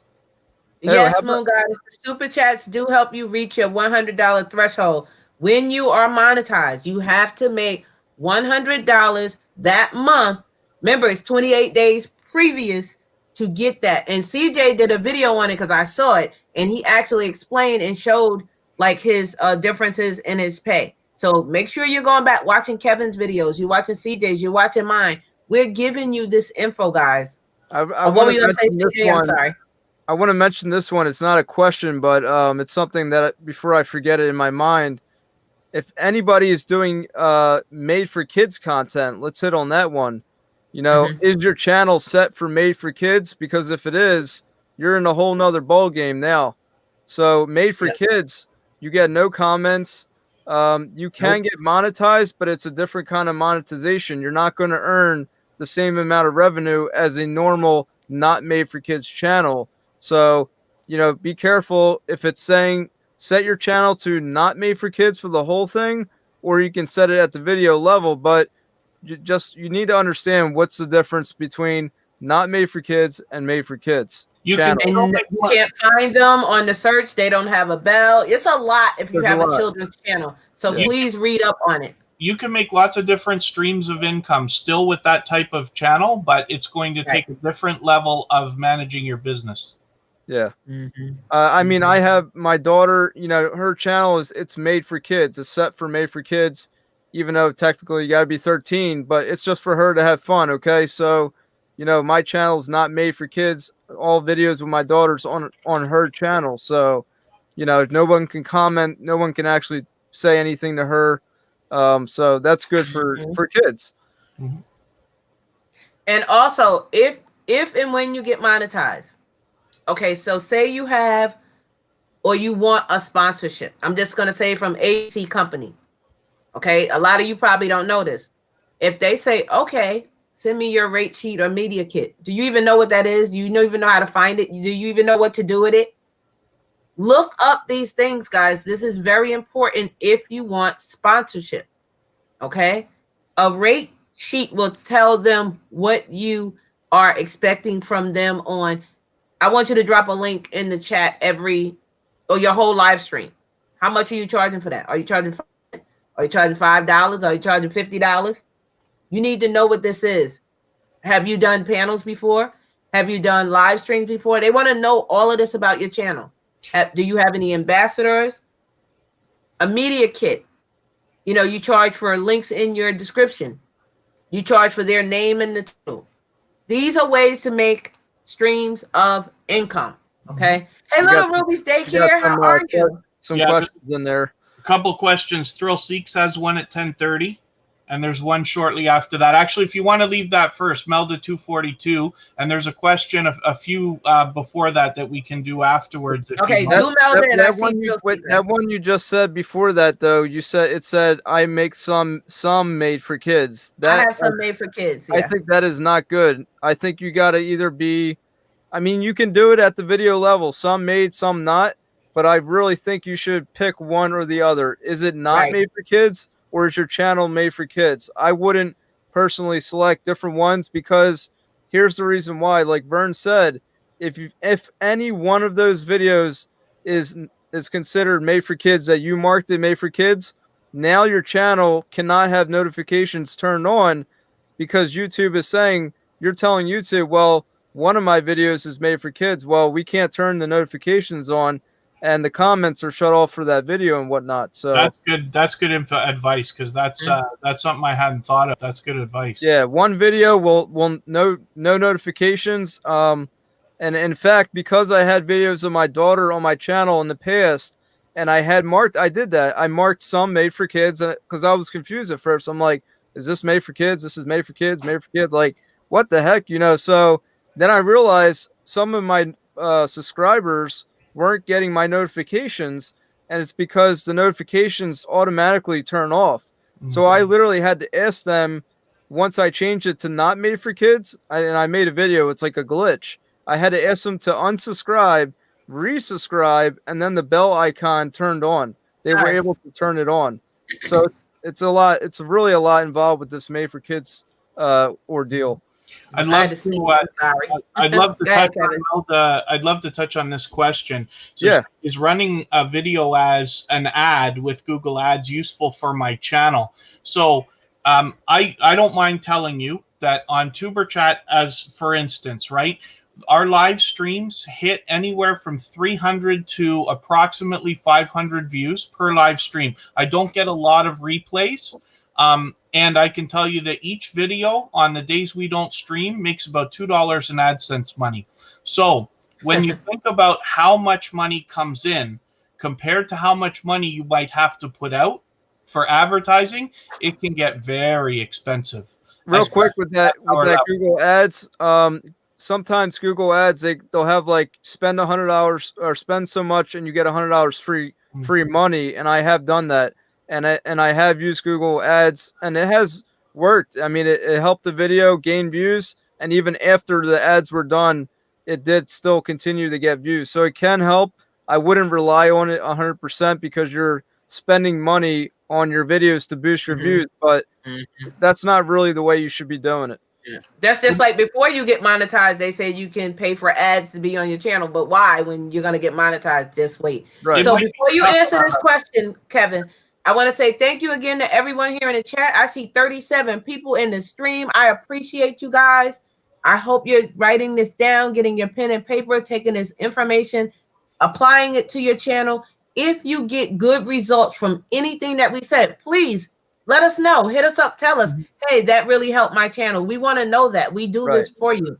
Yeah. So a great way or a fast way to get views, get your pen ready, is to do a premiere, because it's almost like uploading a video and going live. It's in the middle. So Kevin, Thrill 6 says, after getting monetized and you do a video premiere, can you get super chats? Yes, so you can. Premiere acts just like a live stream, exactly the same. You get the same effects in the chat that you do in a live stream. And thank you for letting me answer this, because one of the things I love to tell people, so let's imagine for a second that you have a 10-minute video and you're going to premiere that video. The question is, would you get more views in the first 10 minutes by premiering that video, or if you had just released it on its own? And almost always the answer is you'll get more views faster by premiering. However, my personal view from what I've experimented with is that if you have a channel with less than 500 subscribers, you have to be prepared for the idea that your first few premieres may have little to nobody in them. That's not necessarily true. I'm just saying it's a possibility. I've been there. I've done a premiere where nobody showed up and it sucked. And I've seen other people do it, and it is a really awful thing that nobody wants to go through. But if you can promote on other social networks, if you're confident you can have a few people, then absolutely it's a great idea, especially for channels over 500 subscribers. I recommend it. So just getting ready to say that. Make sure you're sharing and promoting your own video. Twitter, Facebook, Instagram. Instagram, you can't drop the link, but you can drop the you can put the link to your YouTube channel in the bio, or use Linktree or whatever like that. So you want to touch on that one, CJ? Yeah, it'll be short. I love premieres. I feel like I'm the I'm the king of premieres. I mean, should you premiere every video? Yes and no. It just depends. Maybe you feel like a certain video, maybe you have a certain reason why you premiere. Maybe it's longer and it's a show, right? So if you do a premiere on a short video, yes, you can get a super chat, but is it worth to premiere a 1 minute video? It's up to you. I premiere all my videos. It's just me. I think it's great because it sends out more notifications. I feel it says, hey, in 30 minutes, countdown that CJ's video is coming, come on in live. And then it still has its own countdown within it. So it helps prepare people for the video. That's going to be changing. Did you read that? That countdown is going to be changing. More features. I'm making a video about it. Should be for tomorrow. I don't know. I'm trying to see about some of the other stuff, but I am pushing a video out tomorrow about premieres because I actually got the feature there. They pushed out some new features, and I actually see it on my channel, and I used it. So one of them is pretty cool. Is like you make a premiere, but you can have a trailer connected to the premiere. So you click on the video, and you see a trailer video, just whatever you want to say about your video coming up. And then when it premieres, that goes away.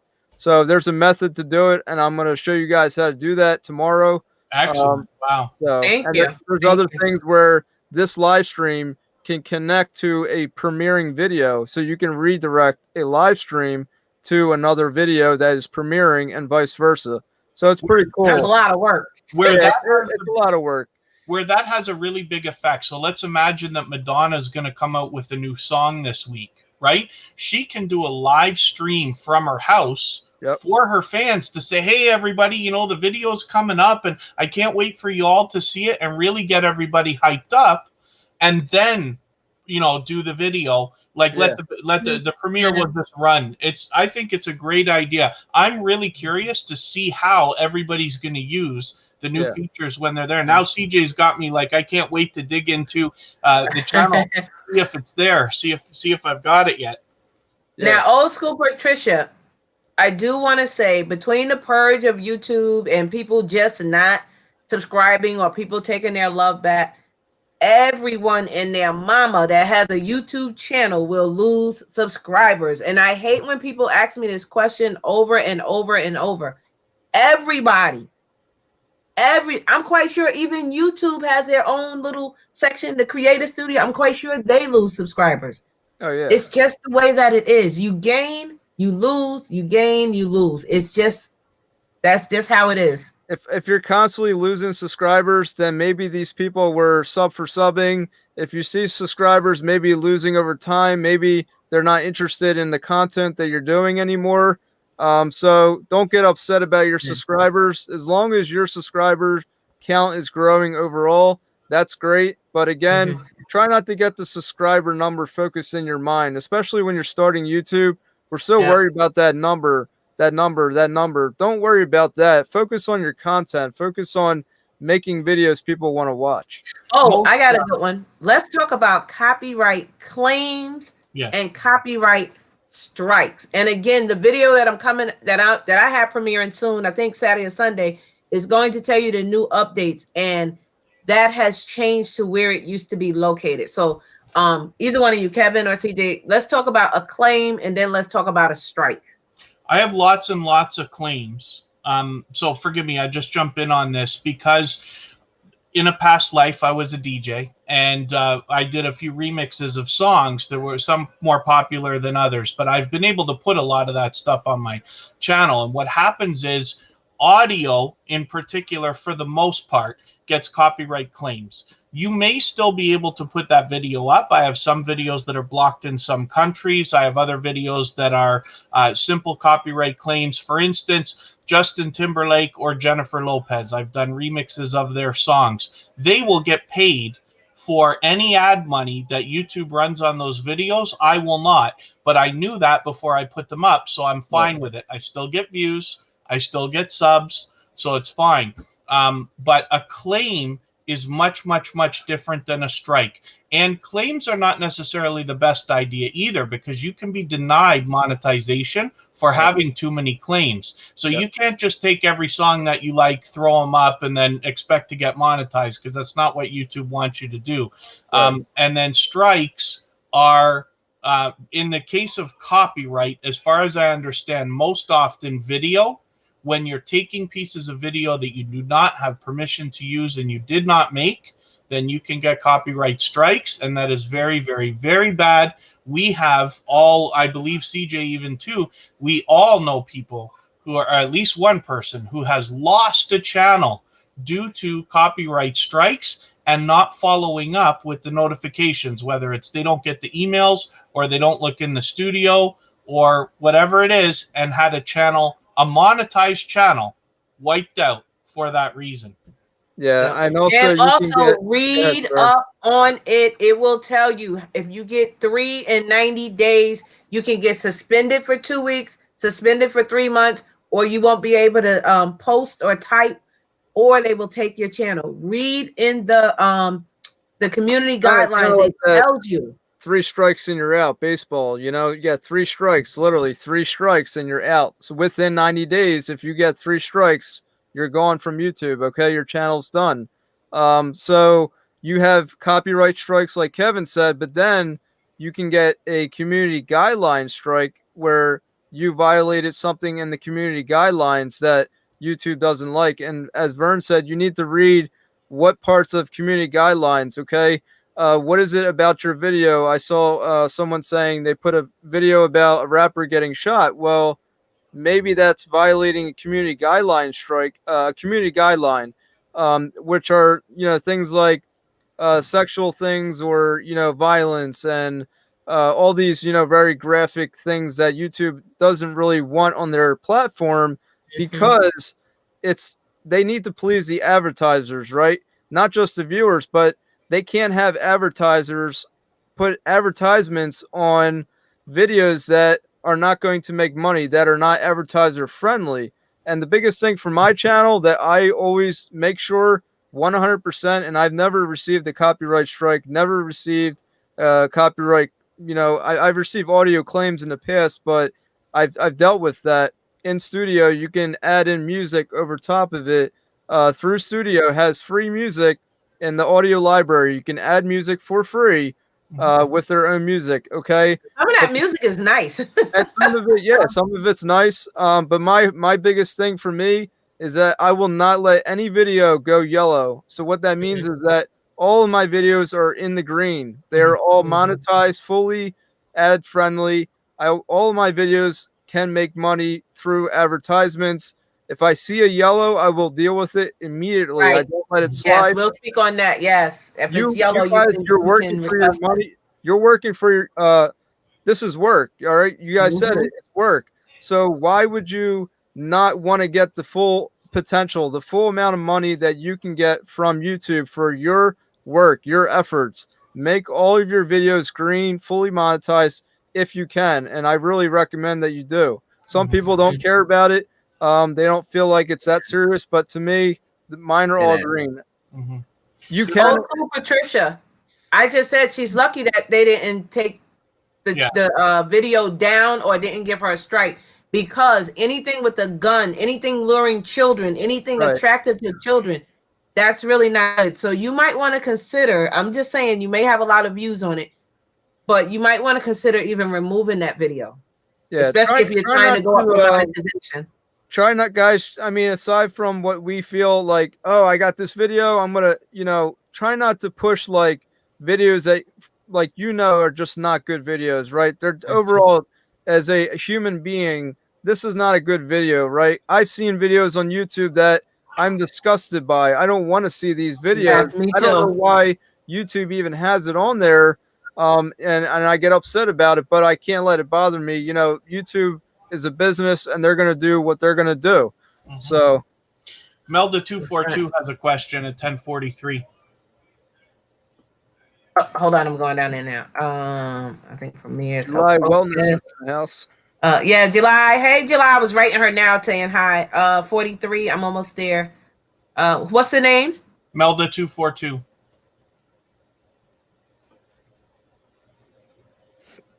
A little bit farther, 10:43. Now I went too far. Hold on. Yeah, you know, it moves sometimes. Okay, so 10:43. They combined it. That's what she said. Okay. the comments. She's saying in the comment section, where's the junk Where's tab? the now? junk tab? She's explaining, like for instance, the spam.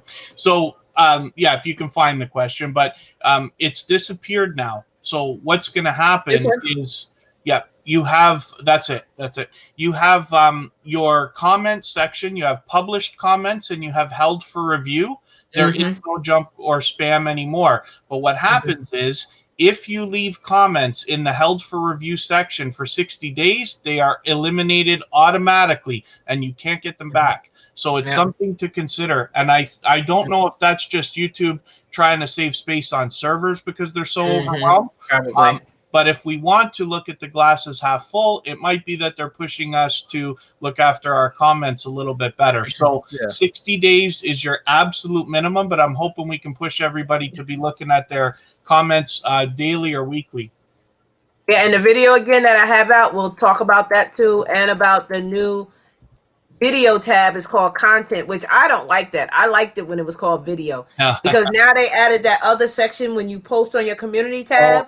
Now, and I'm like, why? I don't need to see too much. I don't need YouTube all is always that. changing. It's always changing, guys. If you're not willing to, accept the change, you're going to struggle. I'm not saying Vern, but I mean, if we don't accept the changes that YouTube makes, we're not going to be happy being here. We just have to find a way to get used to these changes, be up to date with everything they do.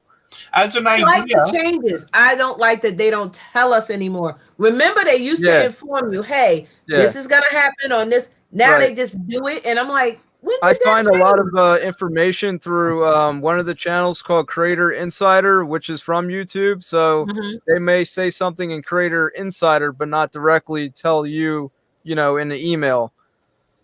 Like the comment section. I don't know if you guys remember when that changed on the phone. It was in Creator Insider. It just changed, and it was under. I'm like, well, how do we know it's there if you don't tell us? And what happened was I was looking to make a comment, and I seen these two little arrows, and I'm like, well, what is that? I play with my channel. I click anything. It's not going to break. If it does, they'll fix it. I clicked it, and in the comments, I'm like, are you serious? You can. There is in the studio. There's a like a little flag icon, and you can report saying like, your feedback, or they might randomly ask you, how do you like this? You can say, hey, I don't like this, or please change it. I don't use it, or it's confusing, whatever it is. Give them feedback. They do like the feedback. Yeah. Okay, but Jolly, I understand that you're saying you're not worried about monetization. People don't realize, even if you're not worried about monetization, eventually you will be monetized because you have met that threshold. And when you get there, even though you're not worried, they can still take your whole channel because you have 400 copyright claims or you have 30 strikes. They can still delete your whole channel. So at least go in there and do something about it. Take out the music. Put YouTube music, delete the video, whatever you're going to do. I mean, I'm not deleting no videos, but that's an option you have. You have to do something with it. What'd you say, Kevin? It's just something to consider. Yeah. Jolly Pasquale has a hilarious channel. He's actually a content creator that I enjoy watching very much. And always, like, people are drawn to that channel as soon as they find them from Tuber Chat. So I'm curious to see what they're going to do, but things change over time. So it's just something to consider. Too many copyright claims is we should really have a look at the guidelines to make sure. Too many copyright claims maybe can't be a great thing no matter what your goals are on YouTube. Just something to think about. Yeah. CJ, could you just talk about the music in YouTube Studio, how you make the sound lower, because if you don't, it will dub over your voice. Previously, when it was in beta, it was cool. When they switched to Studio, it was so hard to do. So please talk on that. And he also has a video out on that, guys. I did make a video about it. It's really not that hard. It's just, again, with the changes, they will not tell you specifically where it is. It's kind of like a little adjust lever. It looks like an adjust button. So when you go to customization, go to your videos, go to edit a video, and then you go to the audio section. There's a little button there, a little lever. That is where you can adjust the mix. It's called the mix volume, the lever. So you want to make that lever go all the way across the opposite way so that your voice is higher than the music. And unfortunately, certain songs just have a natural, like, louder tone, Yeah. like a louder beat. So even if you lower it all the way, It's your still loud. voice, it's just going to be too loud. So as much as I want to add music in my videos, which I should, some of them songs, you just gotta like have the right song with what you're saying and what you're showing and whatnot. So it's hard for me to add music. I need to get better with that, but I know some people Yeah, I love take it. my time with my music. I pick out like 10 songs and see which one I want. Then I narrow it down to 5. Then I narrow it down to 3. Yeah. But with the music also, you have to make sure you're putting in there. There's 2 sections. It says, what's the exact word? Attribution. So attribution not required or required. Yes. So the not required, you want to say not required because that one, you don't have to mention anything in the description about that song. All of my videos, if I had music, attribution not required. I don't have to give credit to any song. It's copyright free. It's from YouTube. So you can't go wrong with that. And so if it says attribution required, you will have to put that song and artist, the information in the description of the video. And before we answer Blacklight Records, also be careful with third-party apps. Even though you're using the music out of your phone or your computer, you can still get a copyright. That happened to me the other day, and I'm like, I don't never get these. And it was the song wasn't even long, and I'm like, are you kidding me? My guess on the reason that happens is because over time the music industry is a really unique beast. And records and their like songs change hands and get bought and sold regularly, and that like even in a third-party app that made a deal with a record label, that record label may only own a song for 10 years or 5 years, and then all of a sudden it changes hands, and now all of a sudden the new company that owns it doesn't want the same rights that the other one did. So it's not even the app company's fault. I think they could be more diligent about that, but that's a big thing to think about too. I'm working with somebody right now who has claims on their videos, and the artist is a well-known artist and gave them permission to use it because they know them. And guess what YouTube did? And they have it for their intro, outro, and guess what YouTube did? All those videos, I think it's over 100. And I said, you're gonna have to go in and delete it and add YouTube, or you're gonna have those claims and you're not gonna get monetized with that. So Blacklight Records says YouTube copyright claims and for your own music. Again, read the read the community guidelines. It tells you can be copyrighted for your own music.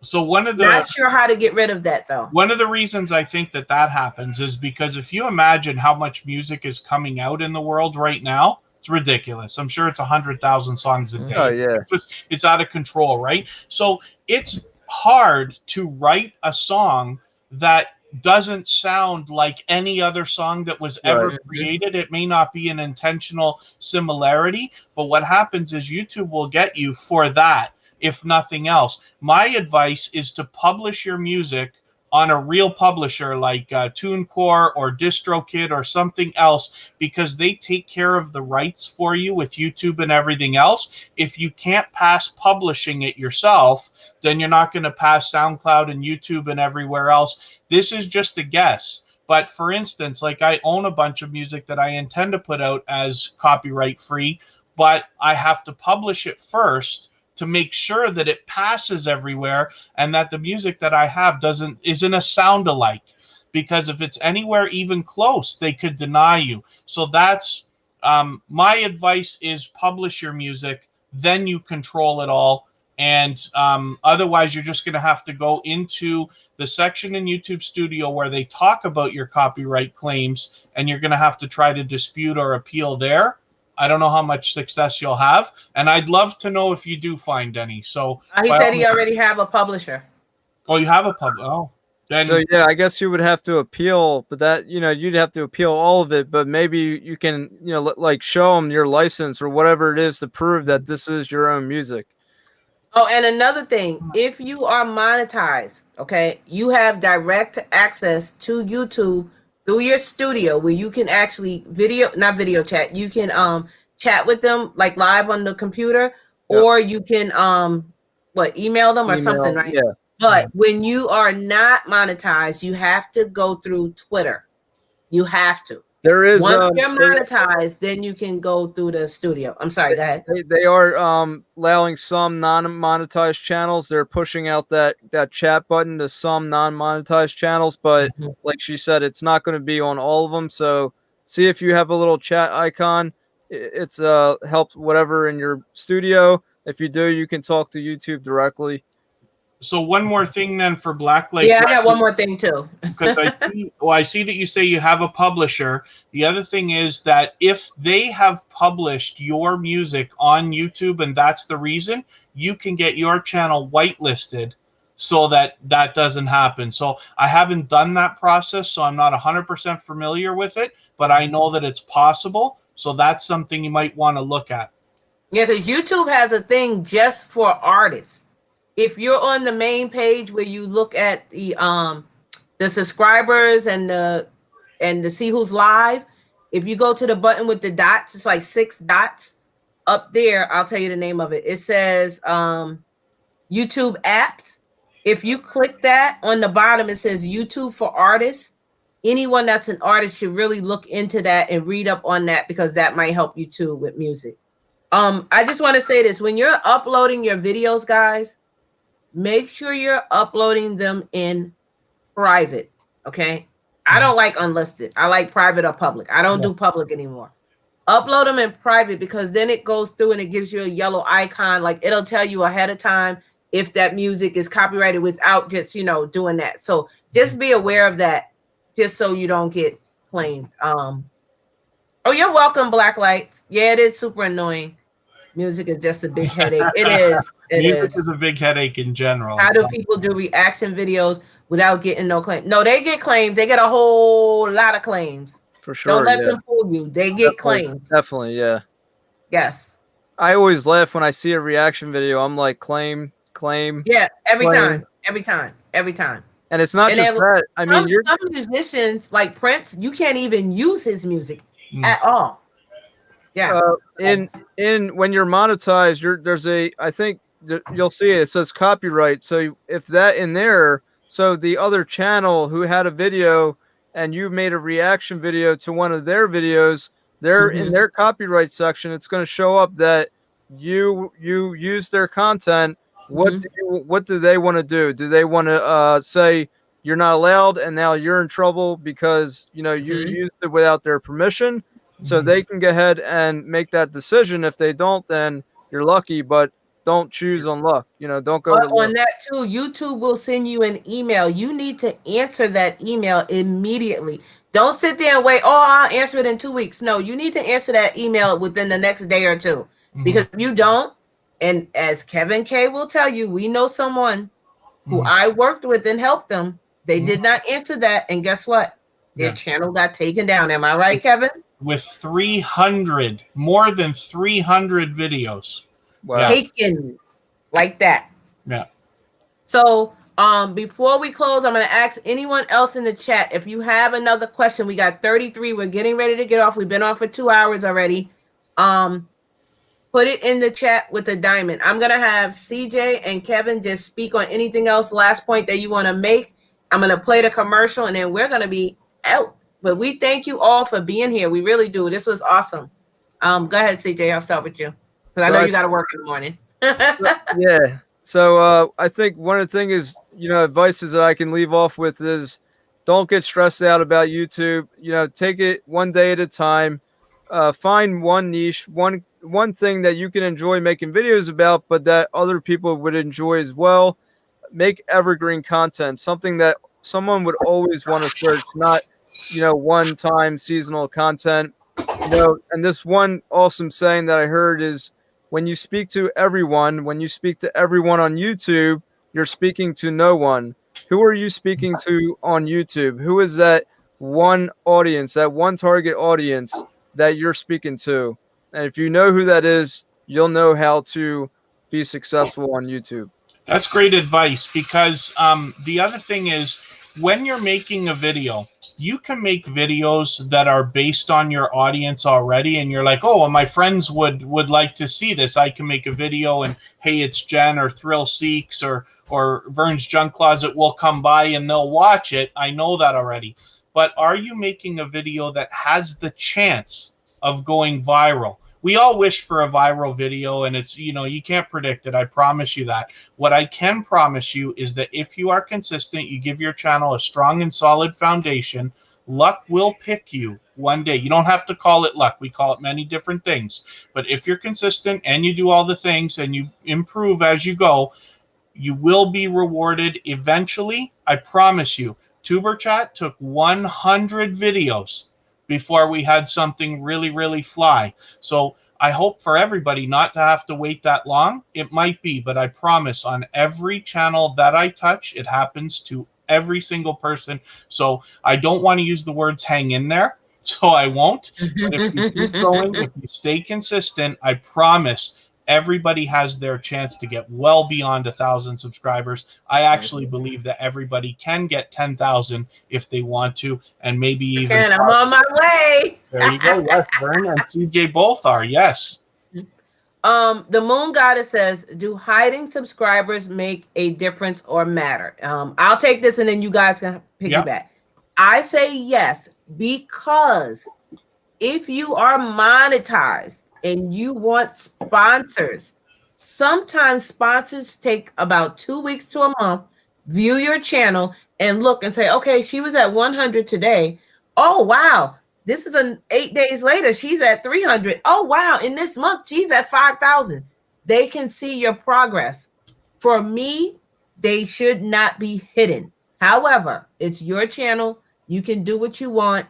Also, some subscribers may not want to subscribe to you. Why are you hiding your subscribers? What are you ashamed of? Oh, you think you're all that because you have so many? Like, you don't know what they're thinking. So I'm going to pass it over to Kevin and CJ. What do you guys think about hiding subscribers? Go ahead, CJ, because I've experimented with this. I have a very firm opinion. This is it's a really good question, because it's like, if you hide your subscribers, right? If I hide my subscribers, my theory is that, okay, I don't want you to look at my subscribers because I want you to look at my content, not how many people are subscribed to me. So personally, I do not hide my subscribers, because I truly believe that people want to see how many people are subscribed, because the flip side is that you always have two sides of the story, two sides, different opinions. So one side will say they want to see it because that number might say, okay, yeah, their content's good because of that amount of subscribers. Do I agree with that? No. I don't think just because you have 10,000 subscribers that your content's good. Who knows how you got those 10,000 subscribers? So personally, I don't judge a channel in that manner, but there are channels who have a lot of subscribers. So naturally, yes, their channel should be good if they're at 100,000. Come on. I mean, there's a reason why they're at 100,000 or a check mark. Whatever. So personally, I would not hide your subscribers. Focus on your content. Focus on evergreen. Focus on one niche. So hold on before you answer, Kevin. CJ, I know you got to go into work in the morning. If you have to drop off, good. It's okay. I'm okay. I'm all right. Okay. So I have experimented with channels, right? So for those of you who don't already know, one of the channels that I run of my own is called Tuber Chat. And it is, I like to say it's not a sub for sub network, because we do a lot of other things there. We actually go against a lot of the basic sub for sub behavior. However, there are hundreds, if not thousands of channels that allow you to go in, and the idea is people are going to subscribe to each other and support each other, hopefully go back and visit each other and this and that. If you are the type of person who is expecting to support other creators and be supported back, then you must show your subscriber numbers, because people in that community and of that mentality do not like when you hide your subscribers. And I've experimented with this. I promise you, it's absolutely is the truth. However, if you're not doing any of that, I've had people come into Tuber Chat and say, no, this is not what I want to do, because they don't want to support other channels. They don't want to subscribe to anybody. They only want people to subscribe to them, which is fine. I don't want to look at it any certain way. In their case, hiding your subscribers is a better idea, because there are people who will never subscribe to a channel when they see it has less than 100,000 subscribers. That's not our community. So the fact you're even here on Vernes John Closet's channel, or you know CJ, or you know myself, tells me you should probably have your numbers exposed. As a matter of fact, it is very detrimental in our community not to have it, because people will, it shows distrust, possibly. Yeah. And it's not your fault. It's because others who have come before you, I have banned a channel from TuberChat for unsubscribing to everybody. And now they hide their subscribers because they don't want everybody to see. The problem is, as that continues, I'm just telling you one tiny little story, as that continues more and more and more, hiding any information at all could be a sign of distrust in some people. And I don't want you to lose out on any opportunity at all. If somebody's not going to subscribe to you because you don't have 100,000 subscribers, they weren't going to subscribe anyway, or you were going to lose them, so it doesn't matter, right? CJ, can you take that question on the screen? Little Ruby's Daycare. She wants to know, what do you advise about her channel with some made for kids content? I think if it's certain, like if you have a couple videos or a few videos that are made for kids and some are not, take the ones that are made for kids, put it on a separate channel, make that channel not made for kids, take those videos off of that channel.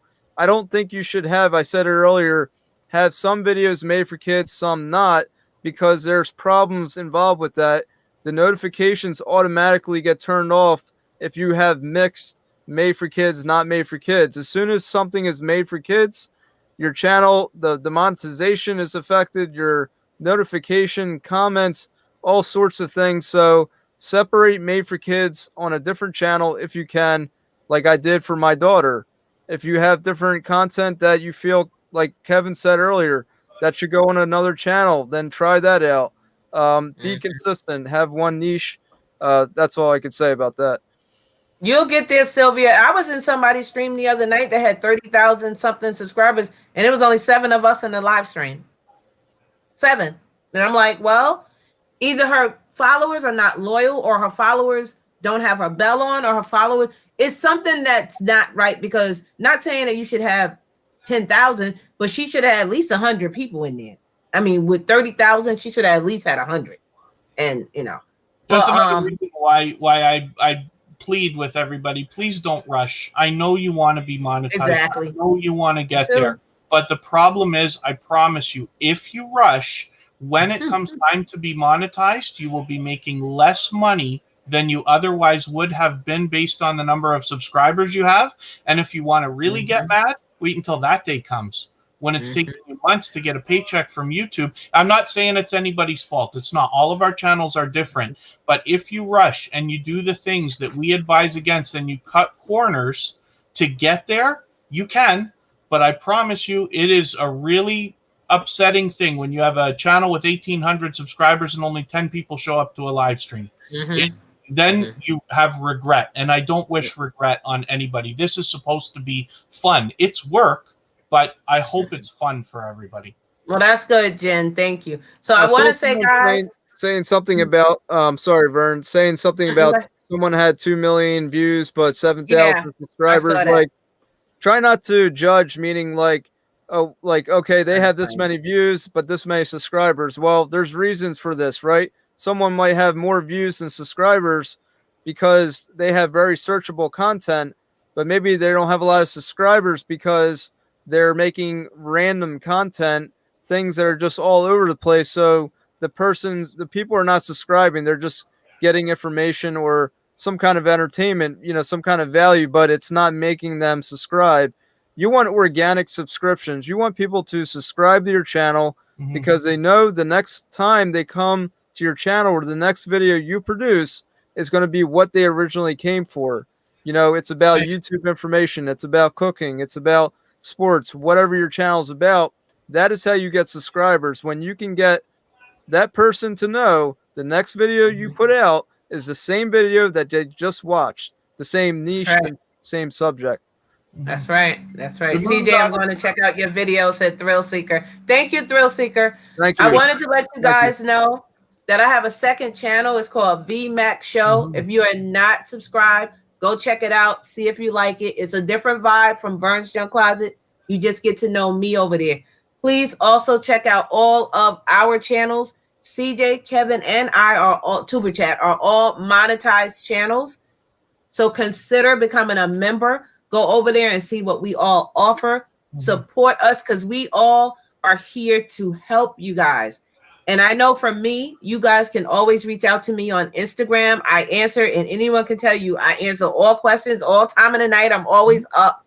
But for Kevin and CJ, you know, if you have a question, reach out to them. See if they can help you out with anything. It is not difficult to do YouTube, but you must enjoy it. I'm not saying love it, but you must enjoy it, and you must have a passion for it. Don't just do it because you think you're going to get $10,000 after you get monetized. That is not a reason to do this. This is another stream of income. It can be large or it can be small, but it's still a form of income. What the heck is that, CJ? It's Baby Yoda saying he agrees. I know it's a Baby Yoda. He agrees with what you're saying. So any last parting words from you guys? Again, their links are in the chat, guys.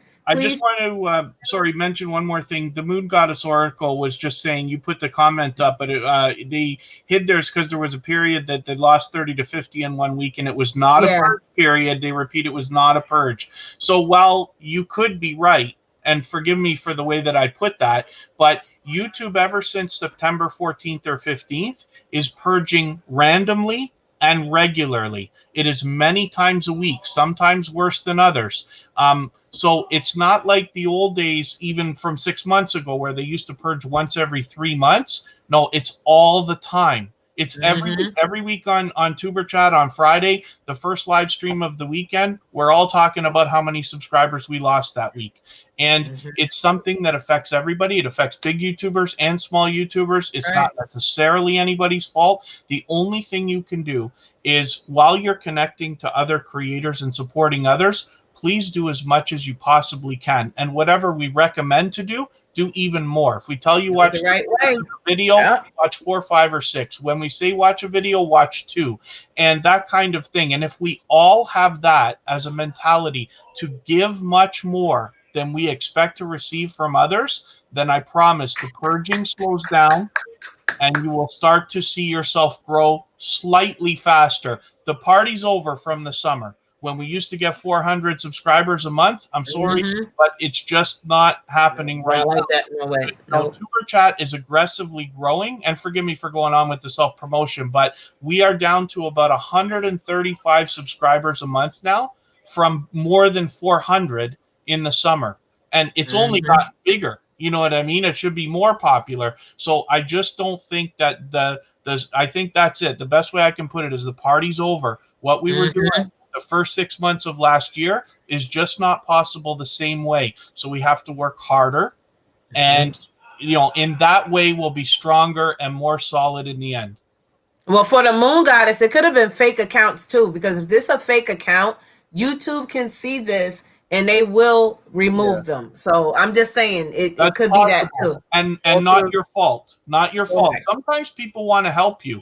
Even I have been known, I have an unreasonable number of accounts. And even I've been known to push somebody over the edge. So when we have somebody that's got 995, I will go in and do the extra work to push them over the 1,000, you know, or something like that with many accounts. But that was 6 months ago. It's not recommended now because YouTube sees that behavior and will penalize you for it. They also, what were you going to say, CJ? Kind of in conjunction with this, you know, creating inactive accounts to try to boost your subscribers. Don't do that. Also, if you are monetized, do not click on your ads and try to watch them, you know, from yourself to gain yourself more money. YouTube knows your IP address. They will know what account you're using, and they will catch on to you trying to gain more money for your own. That is a violation of the, you know, AdSense agreement, the YouTube partner program. Your channel will be, you know, terminated for that. So do not click on your own ads. If anybody has not already, give that thumbs up, please. Yes, thumbs us up, almost guys. 90. We'd love to see it pop right off. So guys, if you can get us to 90, that'll be good. But we thank you all for being here. Again, we hope this has helped you in some kind of way to make your channel to thrive, to get you over that whatever number you're trying to do. If you're trying to get monetized, again, there's some great people in the stream. Connect to them the right way, and then, you know, watch your playlist, whatever you have to do. And always, you can reach out to us if you guys have any questions.